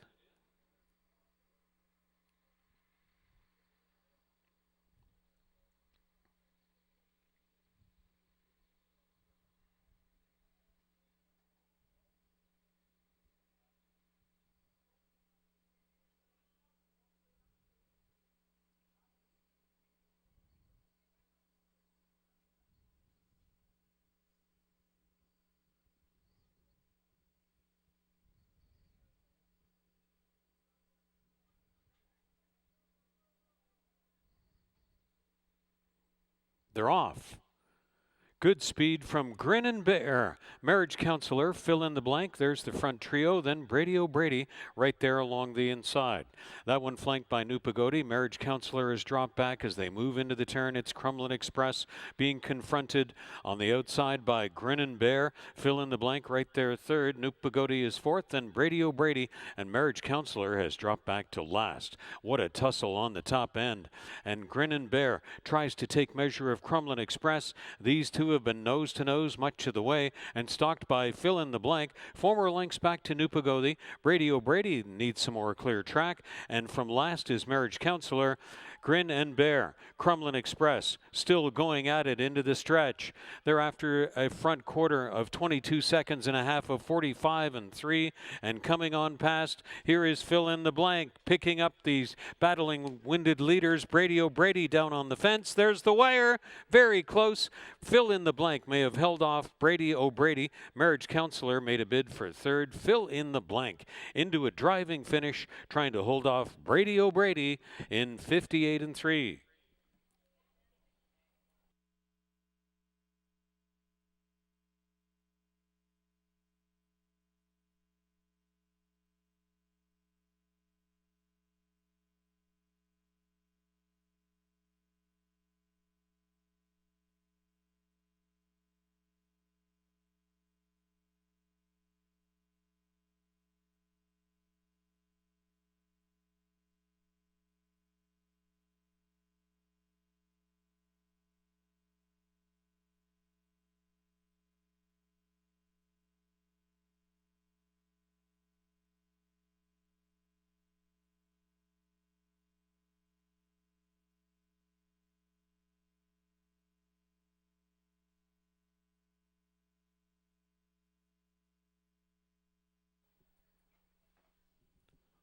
"4175" is posted from race 5. 4175.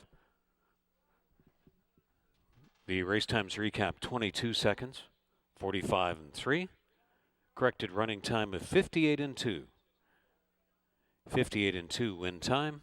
Fill in the blank when posted official.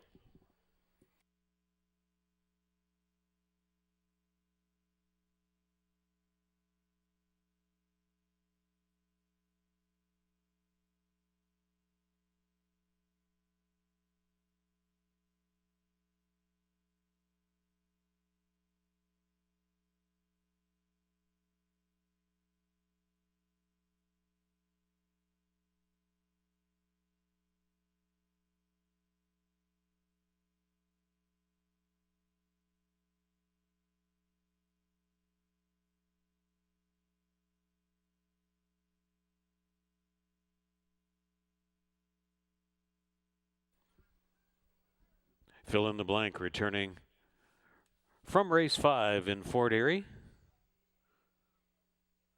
The Dark Bay or Brown Gelding by Philanthropist from At the Office by Silver Ghost. Bred in Ontario by Paul Buttigieg, trained by Des Maynard for Bushlot Farm. Rider Chris Husbands having a fine 2020 campaign at Fort Erie Racetrack engineers the off-the-pace victory. In 58-2 when made official for fill in the blank.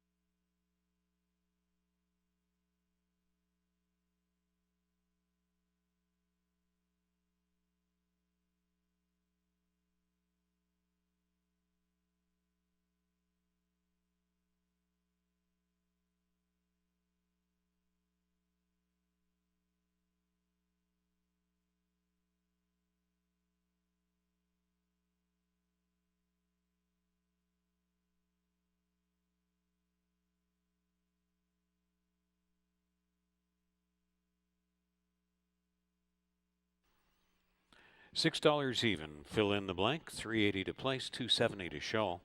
Brady O'Brady. $6.10 and $3.40. Marriage Counselor. $4.60 to show. The Exacta. 4 and 1. $28.40. The Trifecta. 4, 1 and 7. $97 even. The Dollar Superfecta of Race 5. 4, 1, 7 and 5. $78.90. Rolling Daily Double. $28.40. Pick 3 ended on Race 5, $82.60.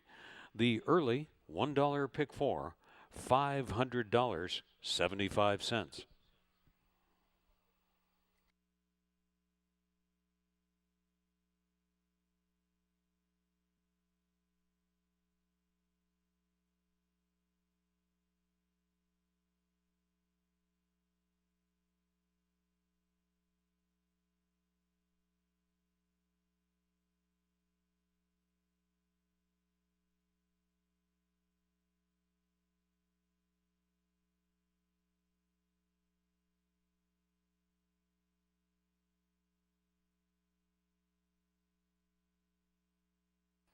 Now on display, the win photograph of Race 5, showing 4, fill in the blank, defeating 1, Brady O'Brady.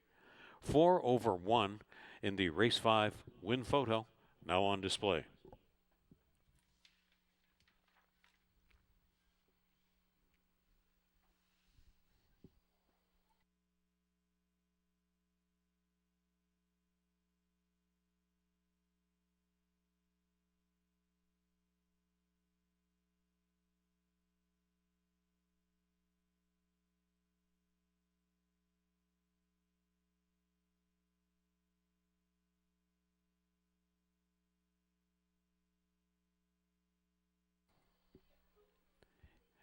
In the Fort Erie 6th race, 1 Chief Roland Thunder has a jockey change to Ismail Mascara. Chief Roland Thunder will race 2 pounds over. 7 furlongs on the turf course in race 6 coming up. Starts the program's last rolling pick 3 in 18 minutes from Fort Erie Racetrack.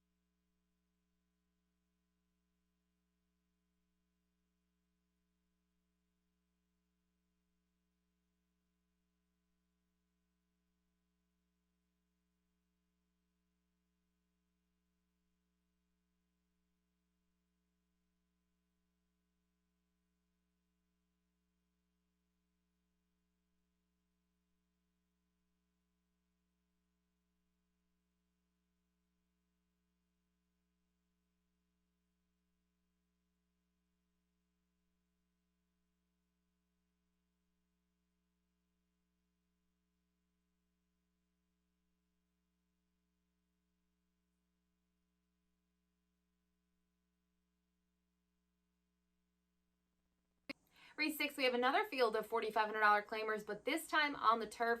The number 7, Butterfly Strike. This is my top pick in here. I thought he made a lot of sense. Others might like San Nicola Thunder on the drop, but I have my reservations about him. So I did go to the 7, Butterfly Strike, who last time out faced that tough group, first time off the claim, but that's what the connections had to do. 2 starts back, though. Let's talk about that effort because he did win a $3,000 claiming event on the grass. He won with authority. He drew off by over 5 lengths in the end, and look who was aboard. Melanie Pinto climbs back aboard today, and just seeing Pinto back in the saddle gave me some confidence. And also, look at him here at Fort Erie. He loves the turf course, and he especially loves the distance.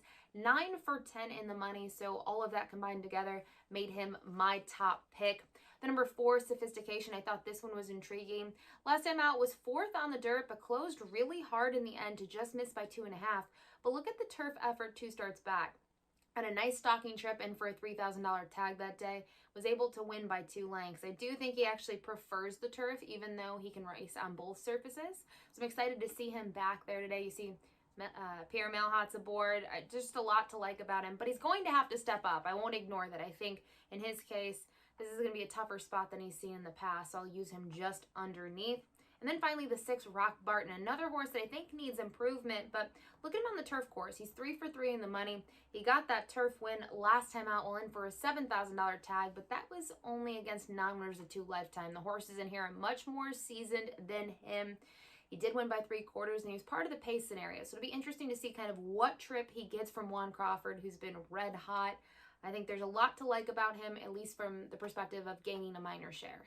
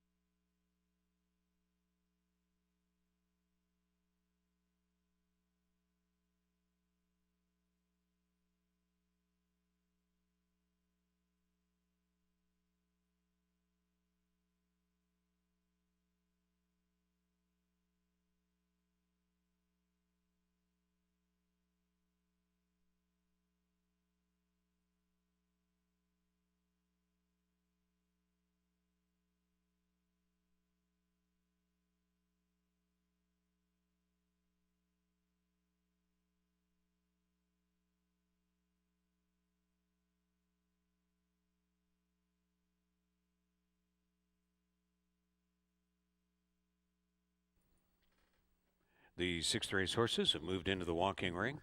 It is 6 minutes to post time.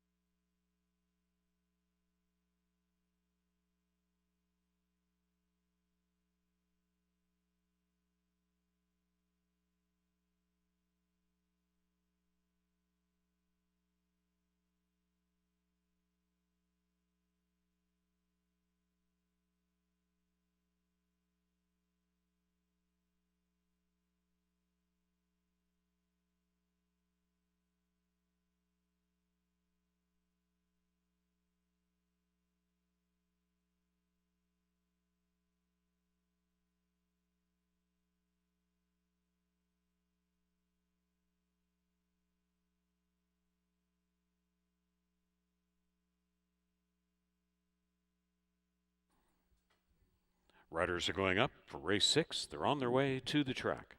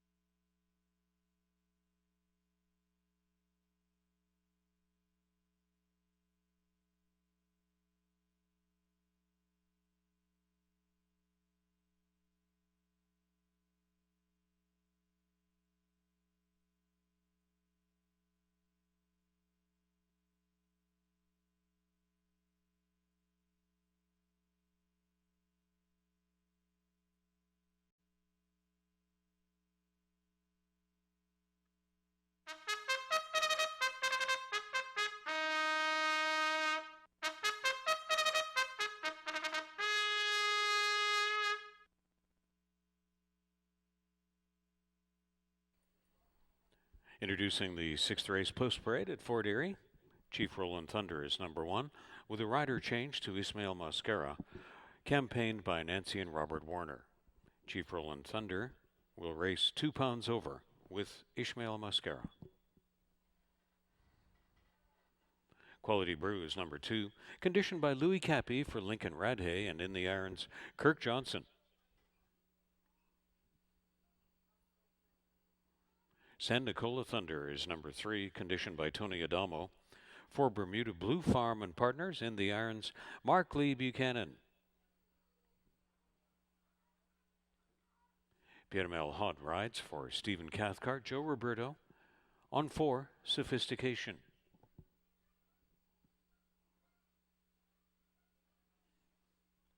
Des Maynard training for P413 Racing. Chris Husbands hired to ride 5, Leonard's Bay.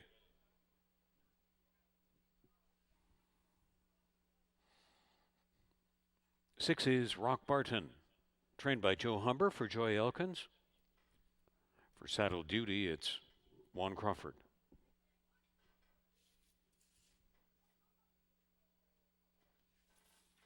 Butterfly Strike is number 7, trained by Julie Mathis for Alicia Robillard.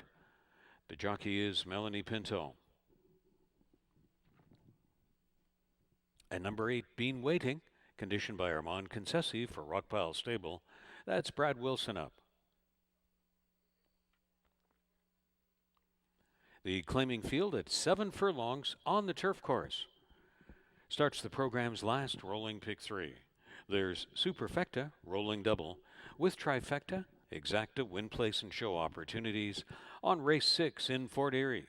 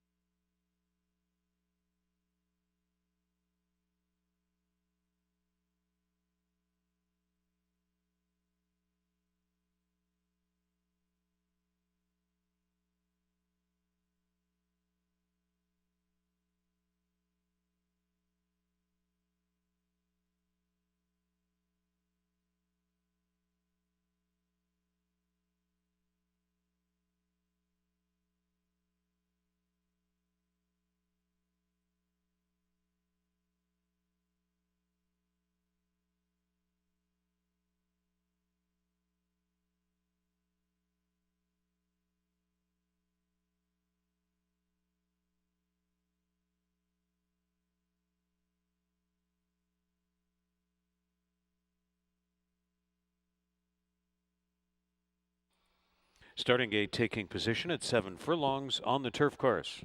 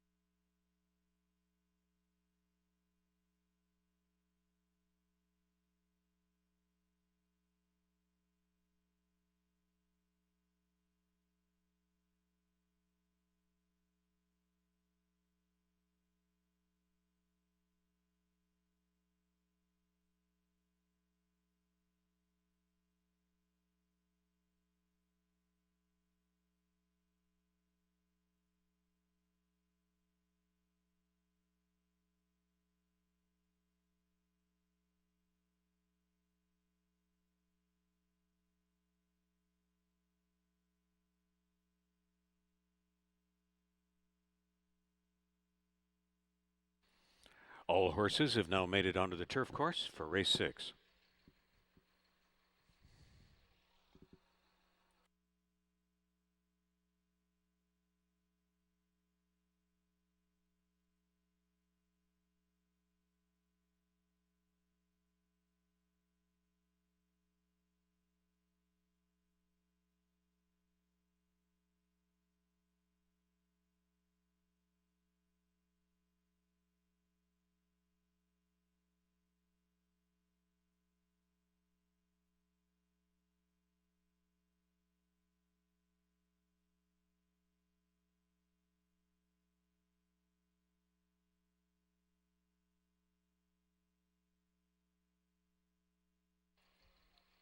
Riders now asked to bring their horses up to the gate.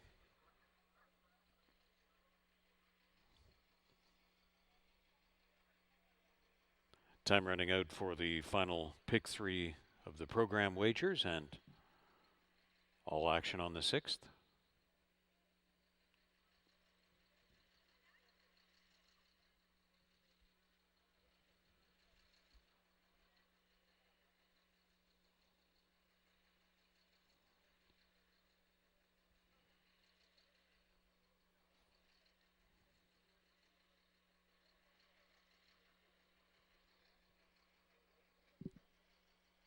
Long Shot Quality Brew is first in. Slight favorite, San Nicola Thunder, stepped in well.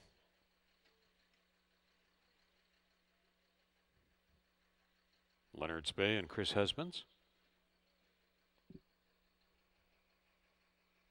Rock Barton taking 5-2 action. Butterfly Strike is up to 4-1. Been Waiting will be a long shot. So we're just waiting on gate 4.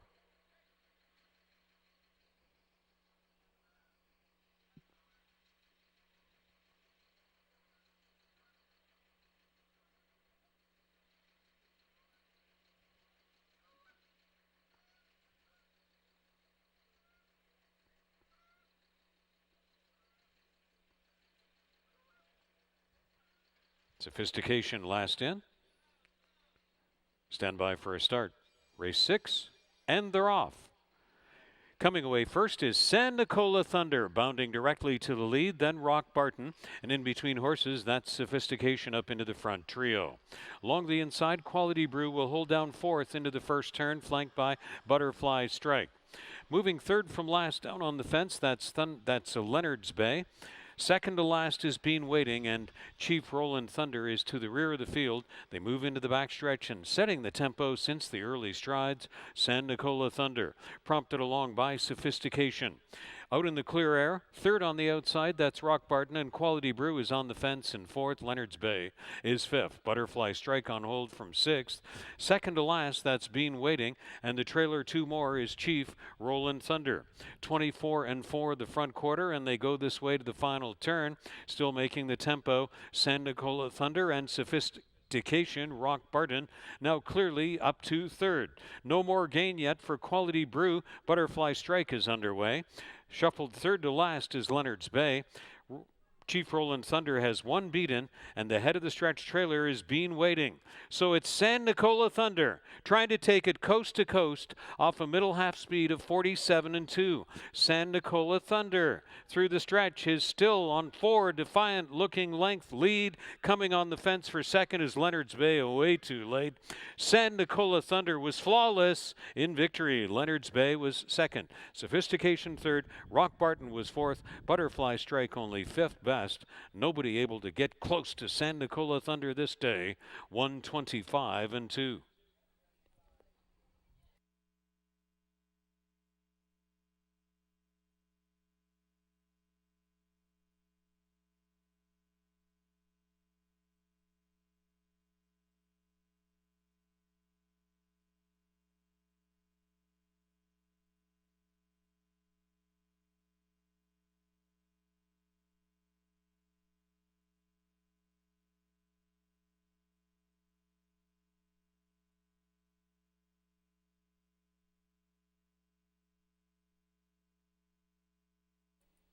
Three, 5, 4, and 6 is posted from race 6.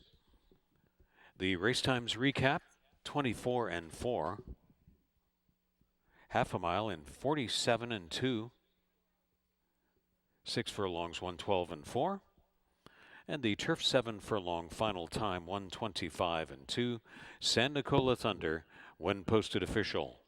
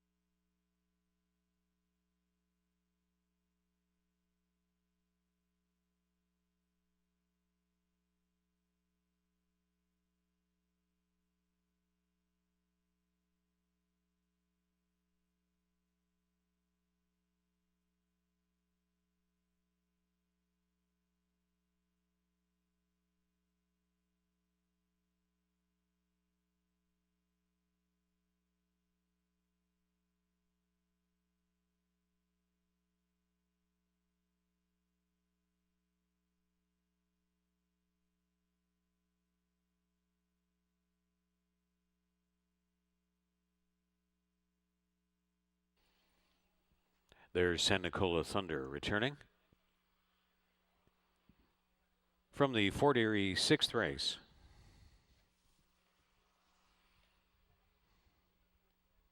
The dark bay or brown 10-year-old veteran gelding by silent name. From San Nicola Flyer by Ellie Deed. Bred in Ontario by Joe Peroni. Had been trained by Tony Adamo for Bermuda Blue Farm and Partners. And the winning ride, his 16th on the meet, continuing a fine 2020 campaign in Fort Erie for jockey Mark Lee Buchanan.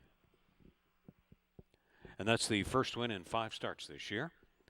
The class-plunging San Nicola Thunder scores at 7 on the turf in 125 and 2 when made official.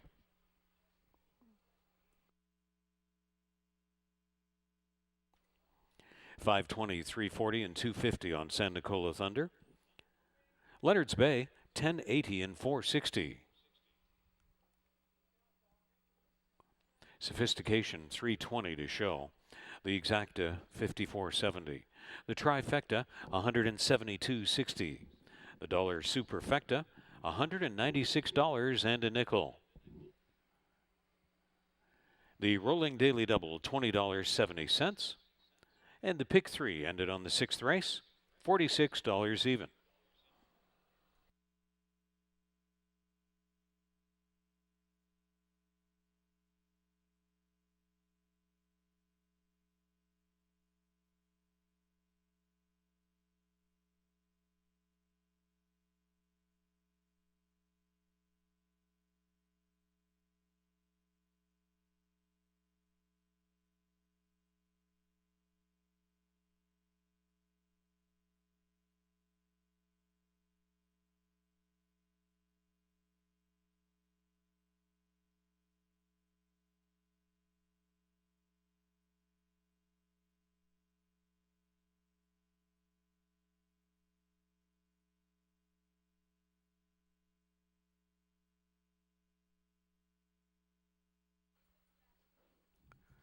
And we had a claim of the race winner from the 6th race, San Nicola Thunder, taken for $4,500 by Paul Cooper.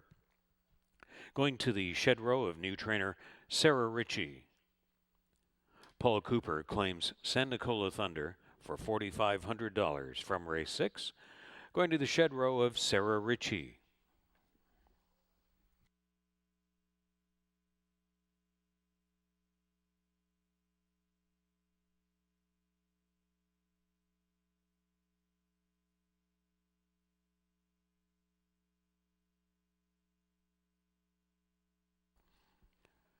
In the 7th race, 4 Pirano will race 2 pounds over. Race 7 starts the program's final rolling double. There's Superfecta, Trifecta Exacta, Win, Place, and Show offered. Race 7 coming up from Fort Erie Racetrack.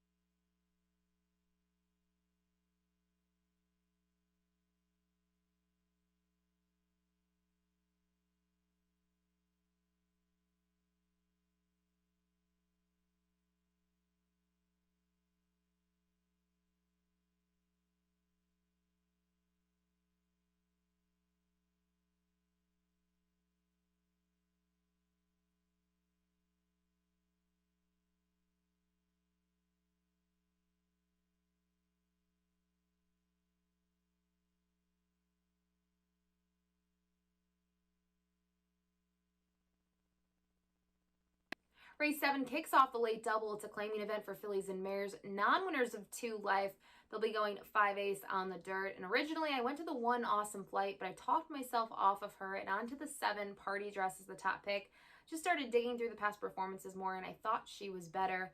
2 starts back when she broke her maiden, she was able to get to the front and draw clear by 3 lengths in the end. And then last time out, she kind of had to chase a little bit. She didn't get that easy lead, and she was simply second best to ever So to Wild. I mean, the pace was pretty similar, and they actually ended up going just a fifth of a second faster in the end. So I think here, yes, she's going in for a higher tag, but still at this non-winners of 2 life condition with her early speed, she does look tough. And I think the same thing can kind of be said about the 1 Awesome Flight, because she just broke her maiden last time out, and she did it in front end fashion as well. She was able to hold on by half a length.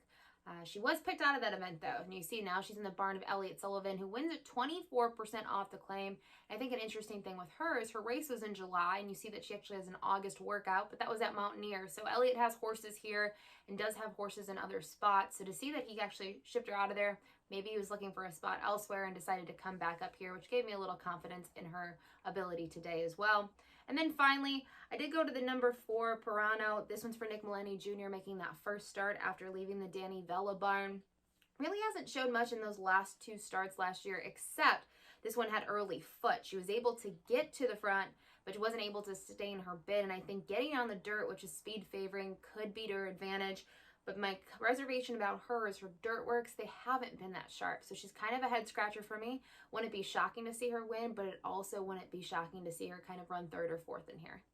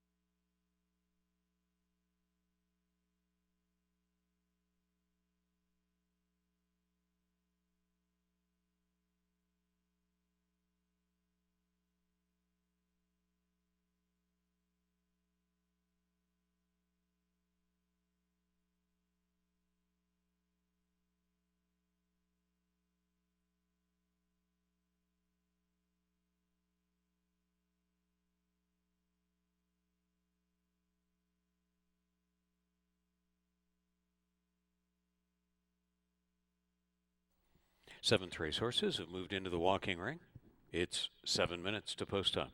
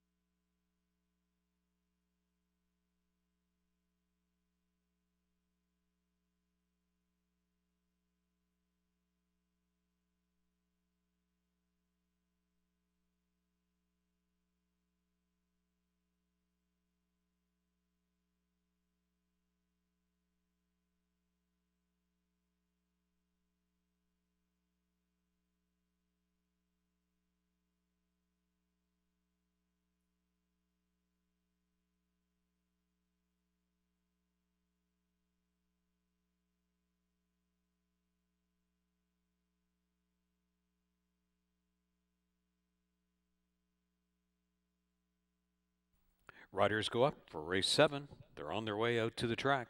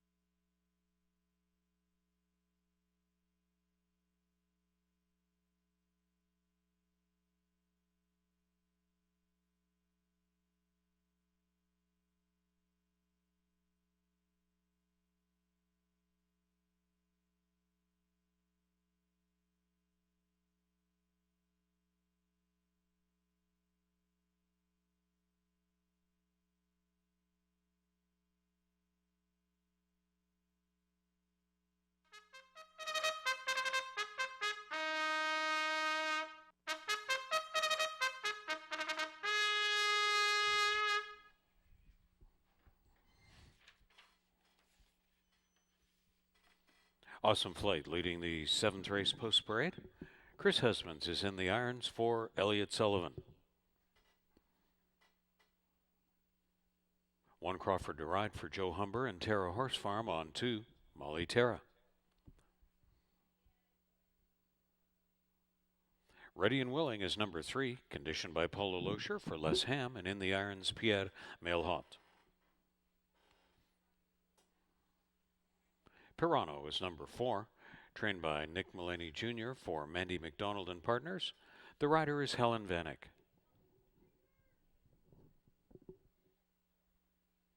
Joe Humber training for Robert Elkins, Melanie Pinto hired to ride 5, Miss Patriot. Lindsay and Joe Hode campaigning Flat Out Automation 6 with Brad Wilson.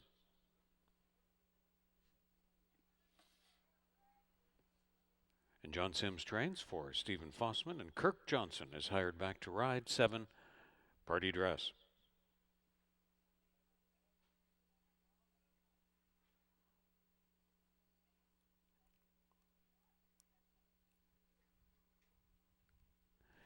Filly and mare claiming field for the 7th race.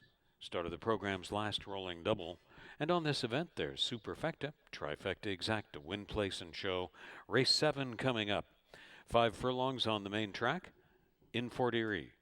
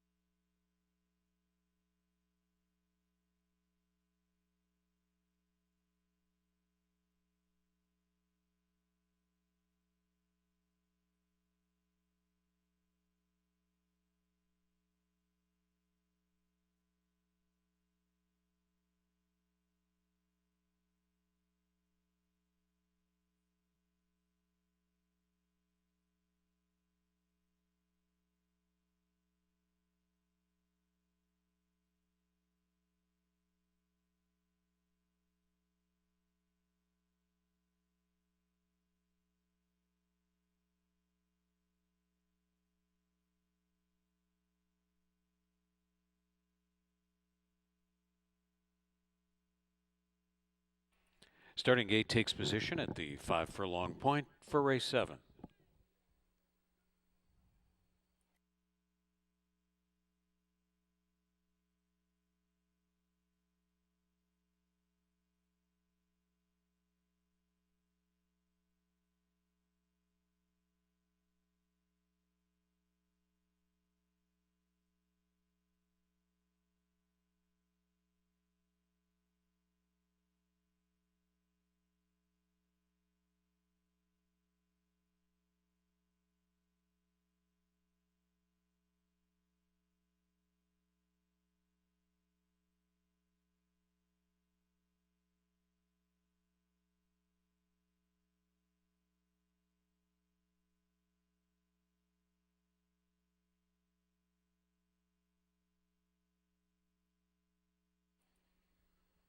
They've reached the starting point, readying to load.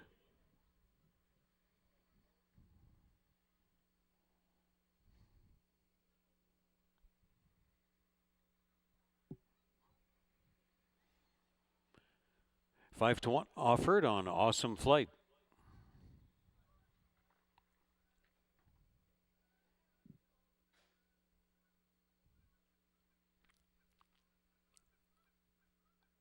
Ready and Willing steps in at 9-2 in the wagering market.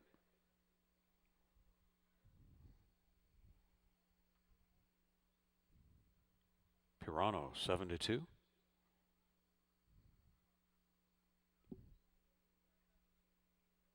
Miss Patriot is in double digits. Flat Out on a Mission stepped in well. Favored Party Dress hovering around even money. And Molly Terra will be last in.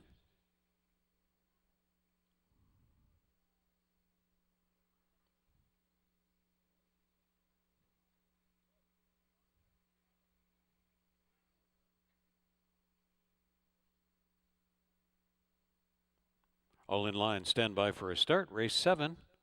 They're off. Ready and Willing a step slowly away. Right along the inside is Awesome Flight, and Party Dress is flashing big speed from the outside. Flat Out on a Mission then flanks in Molly Terra, and there was the front four along the backstretch. As they go to the turn, reaching up to take the lead and drawing away by 2 is Awesome Flight.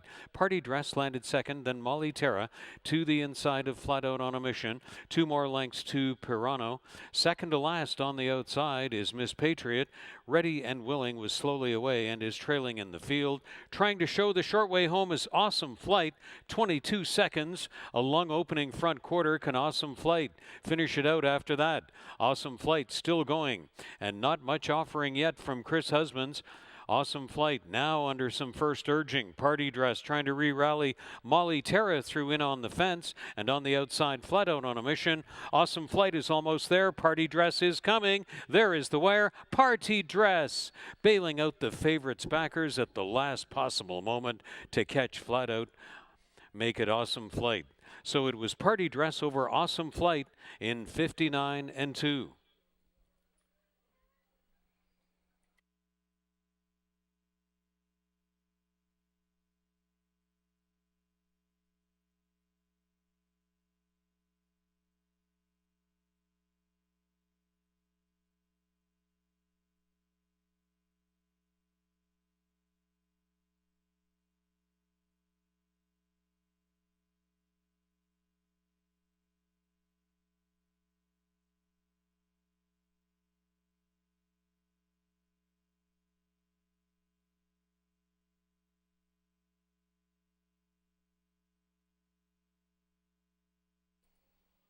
Seven, 1, 2, 6 posted on the board. Running times recap 22 seconds, the quarter. 4 furlongs in 46 seconds. And the 5 furlong running time 59 and 2. Party Dress up in time.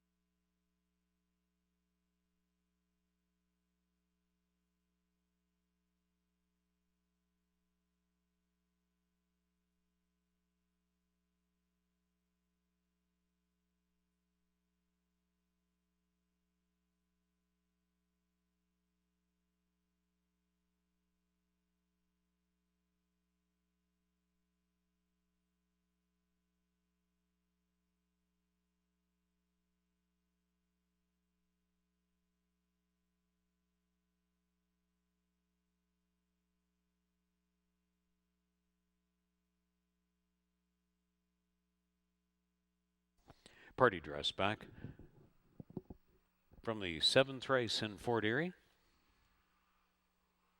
The Dark Bear Brown 3-year-old filly by Cozon from Folk Art by Bertrando. Bred in Florida by Crystal and Brent Furmont. John Sims having another rock-solid year among the leading trainers year in, year out here at Fort Erie Racetrack, conditioning for owner Stephen Fossman. Kirk Johnson executes the winning ride on Party Dress. 59 and 2 in race 7 when made official.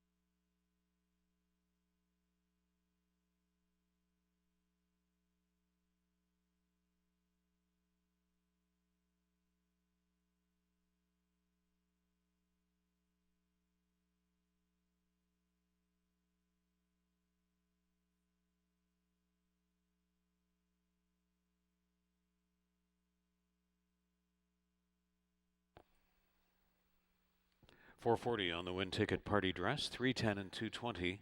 Awesome flight, 430 and 270. Molly Terra, 310 to show. The exacta, 1550. The trifecta, 4120. The dollar superfecta, 712 and 6. $161 and a nickel. The rolling daily double, 1270. The pick 3 ended on the 7th race, $26.10.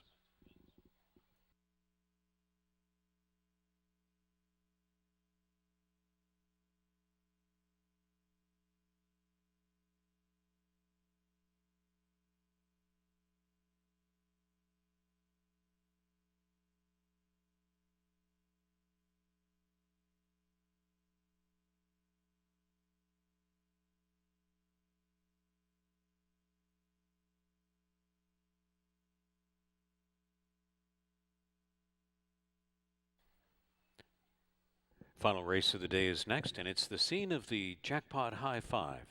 Carryover pool, $145,449 into this event, with an anticipated total pool of well over $150,000 for the Jackpot High Five. From the 8th race, a vet scratch of number 2, Get Saucy. The 8th race, the 20-cent Jackpot High Five. Also Superfecta, Trifecta Exacta, win, place, and show opportunities on the 8th from Fort Erie, 16 minutes to post.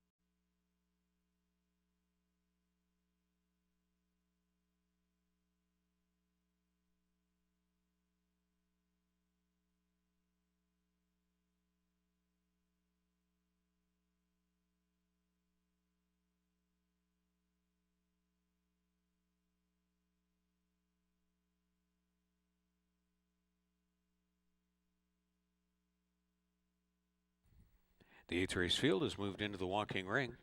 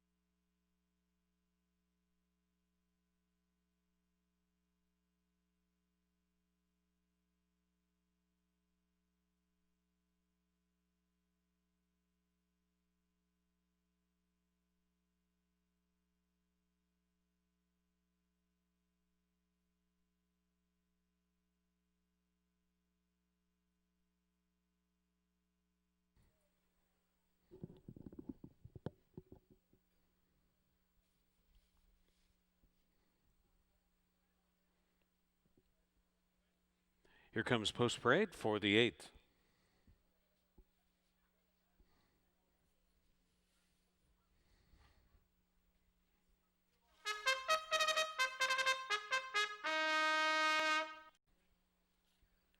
Speeding Starlet is number 3, conditioned by Joe Humber, sharing ownership.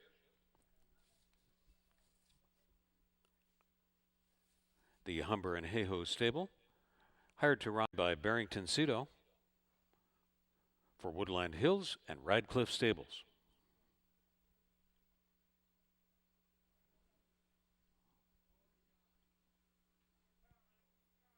Next on the parade is Fleck, number 7, campaigning for Julie Mathis with Chris Husbands up.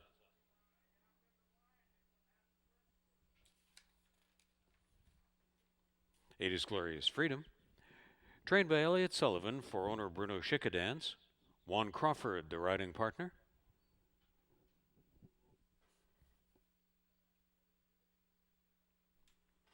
And number 9 is Annie O'Schiller, trained by Nick Mullaney Jr. for Harvey Bussey. Aboard is Helen Van Eyck.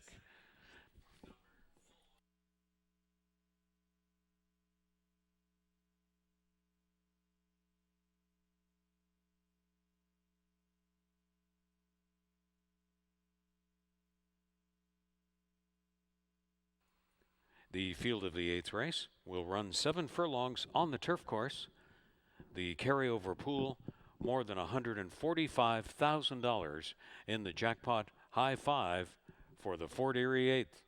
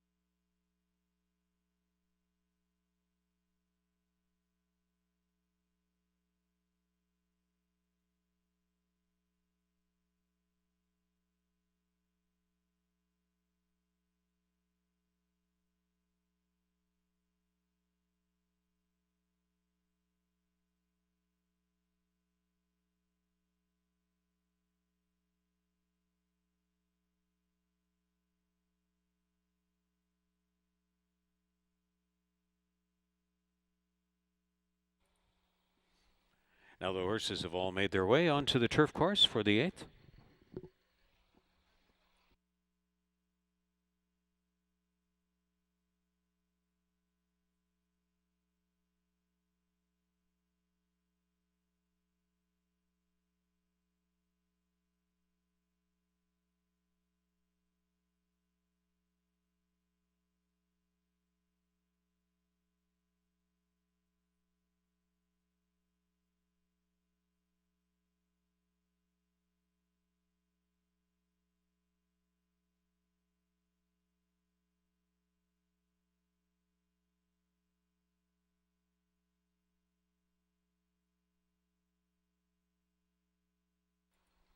Now they're approaching the gate and readying to load.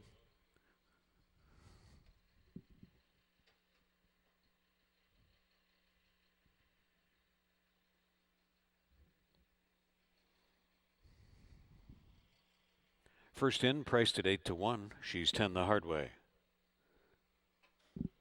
Speeding Starlet will be the longest on the board. Henson's Girl takes 7-2 action.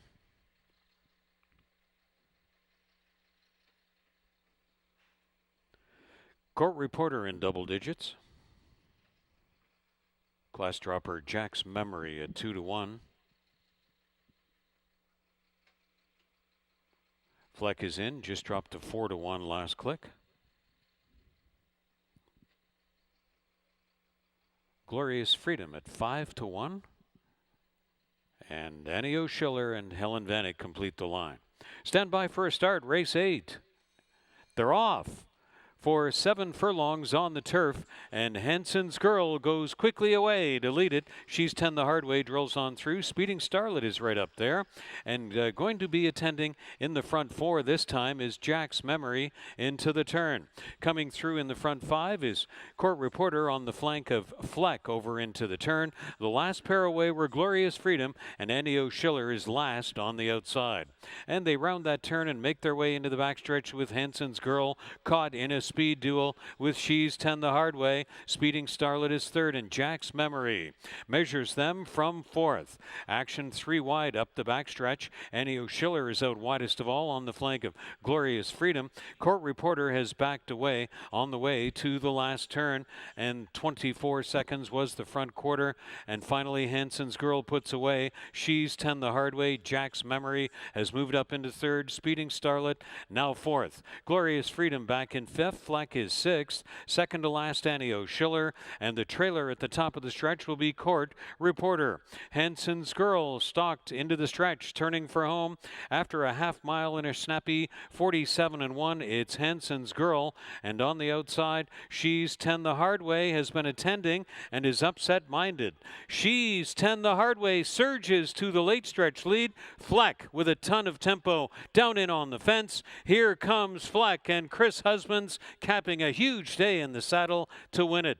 Running down, She's 10 the hard way, and then it was back to Jack's Memory on the outside flank of a tiring Henson's Girl and Speeding Starlet. Fleck to win. What a ride again by Chris Husbands, 127-1.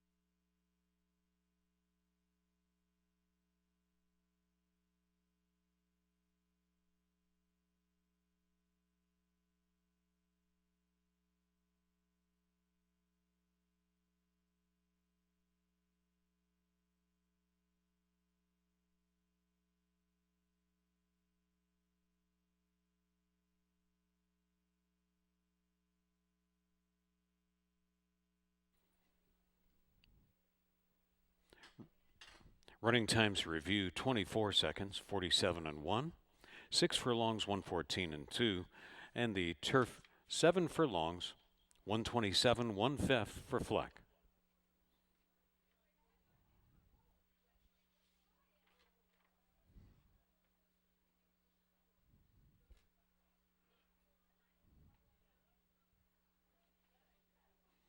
Seven one 643 unofficially the jackpot high 5. 71643. And here is Fleck to return as the 8th race winner in Fort Erie.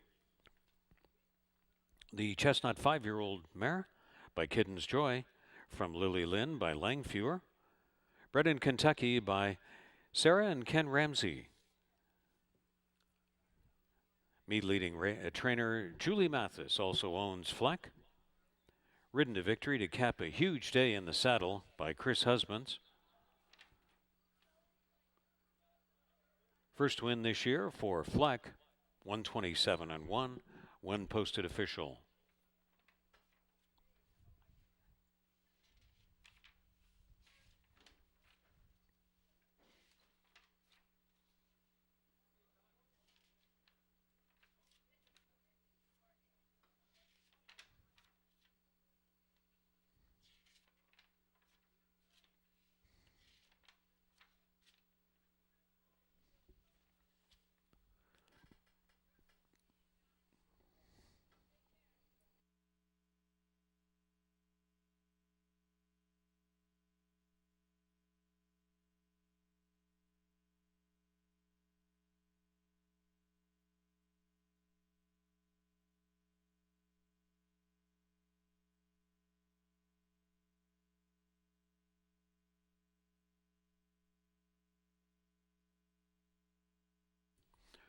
In the jackpot high 5, 71643 returns $1,603.50. Carryover builds to the final race on Tuesday, $160,375. Fleck was off at 5 to 1 to kick back 12, 20, 690 and 390 across. She's 10 the hard way, $6 and 330. Jack's Memory 280. The Exacta 53.30. The Trifecta 267.40. The Dollar Superfecta 716 and 4, $457.15. The final rolling double 29.50. Last pick 3, $45.30. The late pick 4, $182.25. And this program's dollar pick 5, $597.90.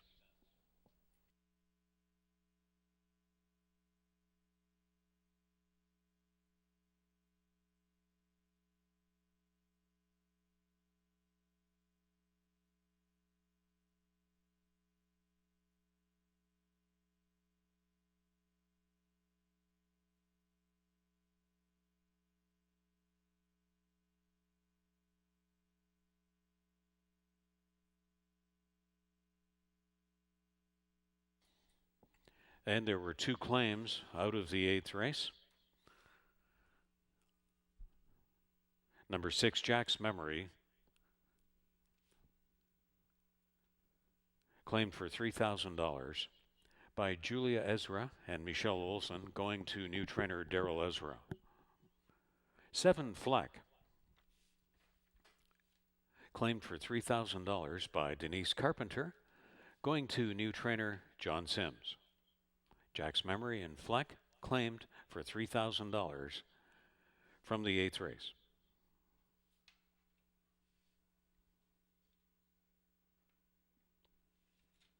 Now on display, the show photograph showing number 6, Jack's Memory, finishing 3rd. Over 4, Henson's Girl, and 3, Speeding Starlet. 6 over 4 and 3 in the show photograph depicting the 3rd, 4th, and 5th place finishers from the 8th race.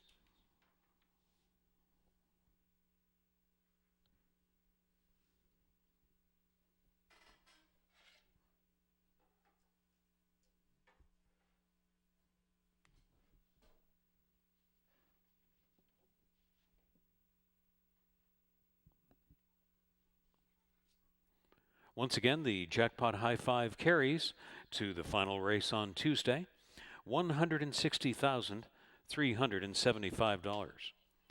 Over $160,000, the jackpot high five carryover to the 9th race on Tuesday.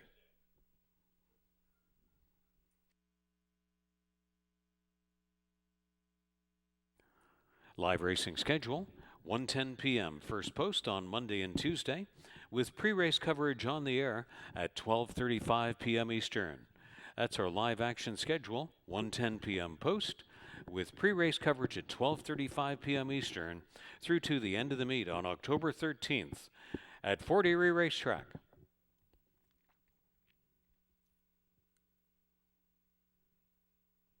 Become a member today and get $100 when you bet $100 into your HPIBet.com account. Membership includes the HPIBet Rewards Program, the ability to watch 4 tracks at the same time. You can wager on almost 500 tracks from around the world, and you can wager online or on site at any time. If you haven't already, be sure to check it out and join for free today. That's HPIBet.com. Our weekly highlights and replay show is on every Thursday evening at 8 p.m. on Your TV Niagara, found at cable channel 700 in the Niagara region. Post time from Fort Erie Racetrack every Thursday evening at 8 p.m. only on Your TV Niagara.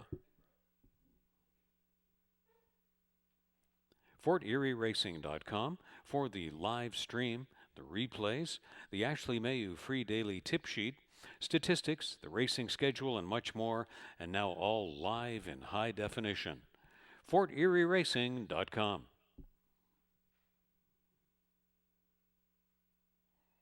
Now, on behalf of our horse people, the television broadcast production team, staff, management, and the racing officials, thanks a lot for being with us for Live Racing 2020 from Fort Erie Racetrack. Tomorrow, first post at 1:10 p.m. on Tuesday, September 1st, and the jackpot high five carryover to the final race just above $160,000. Have a great evening, and we hope to see you again on Tuesday. First post tomorrow, 1:10 p.m. Good afternoon from Fort Erie Racetrack.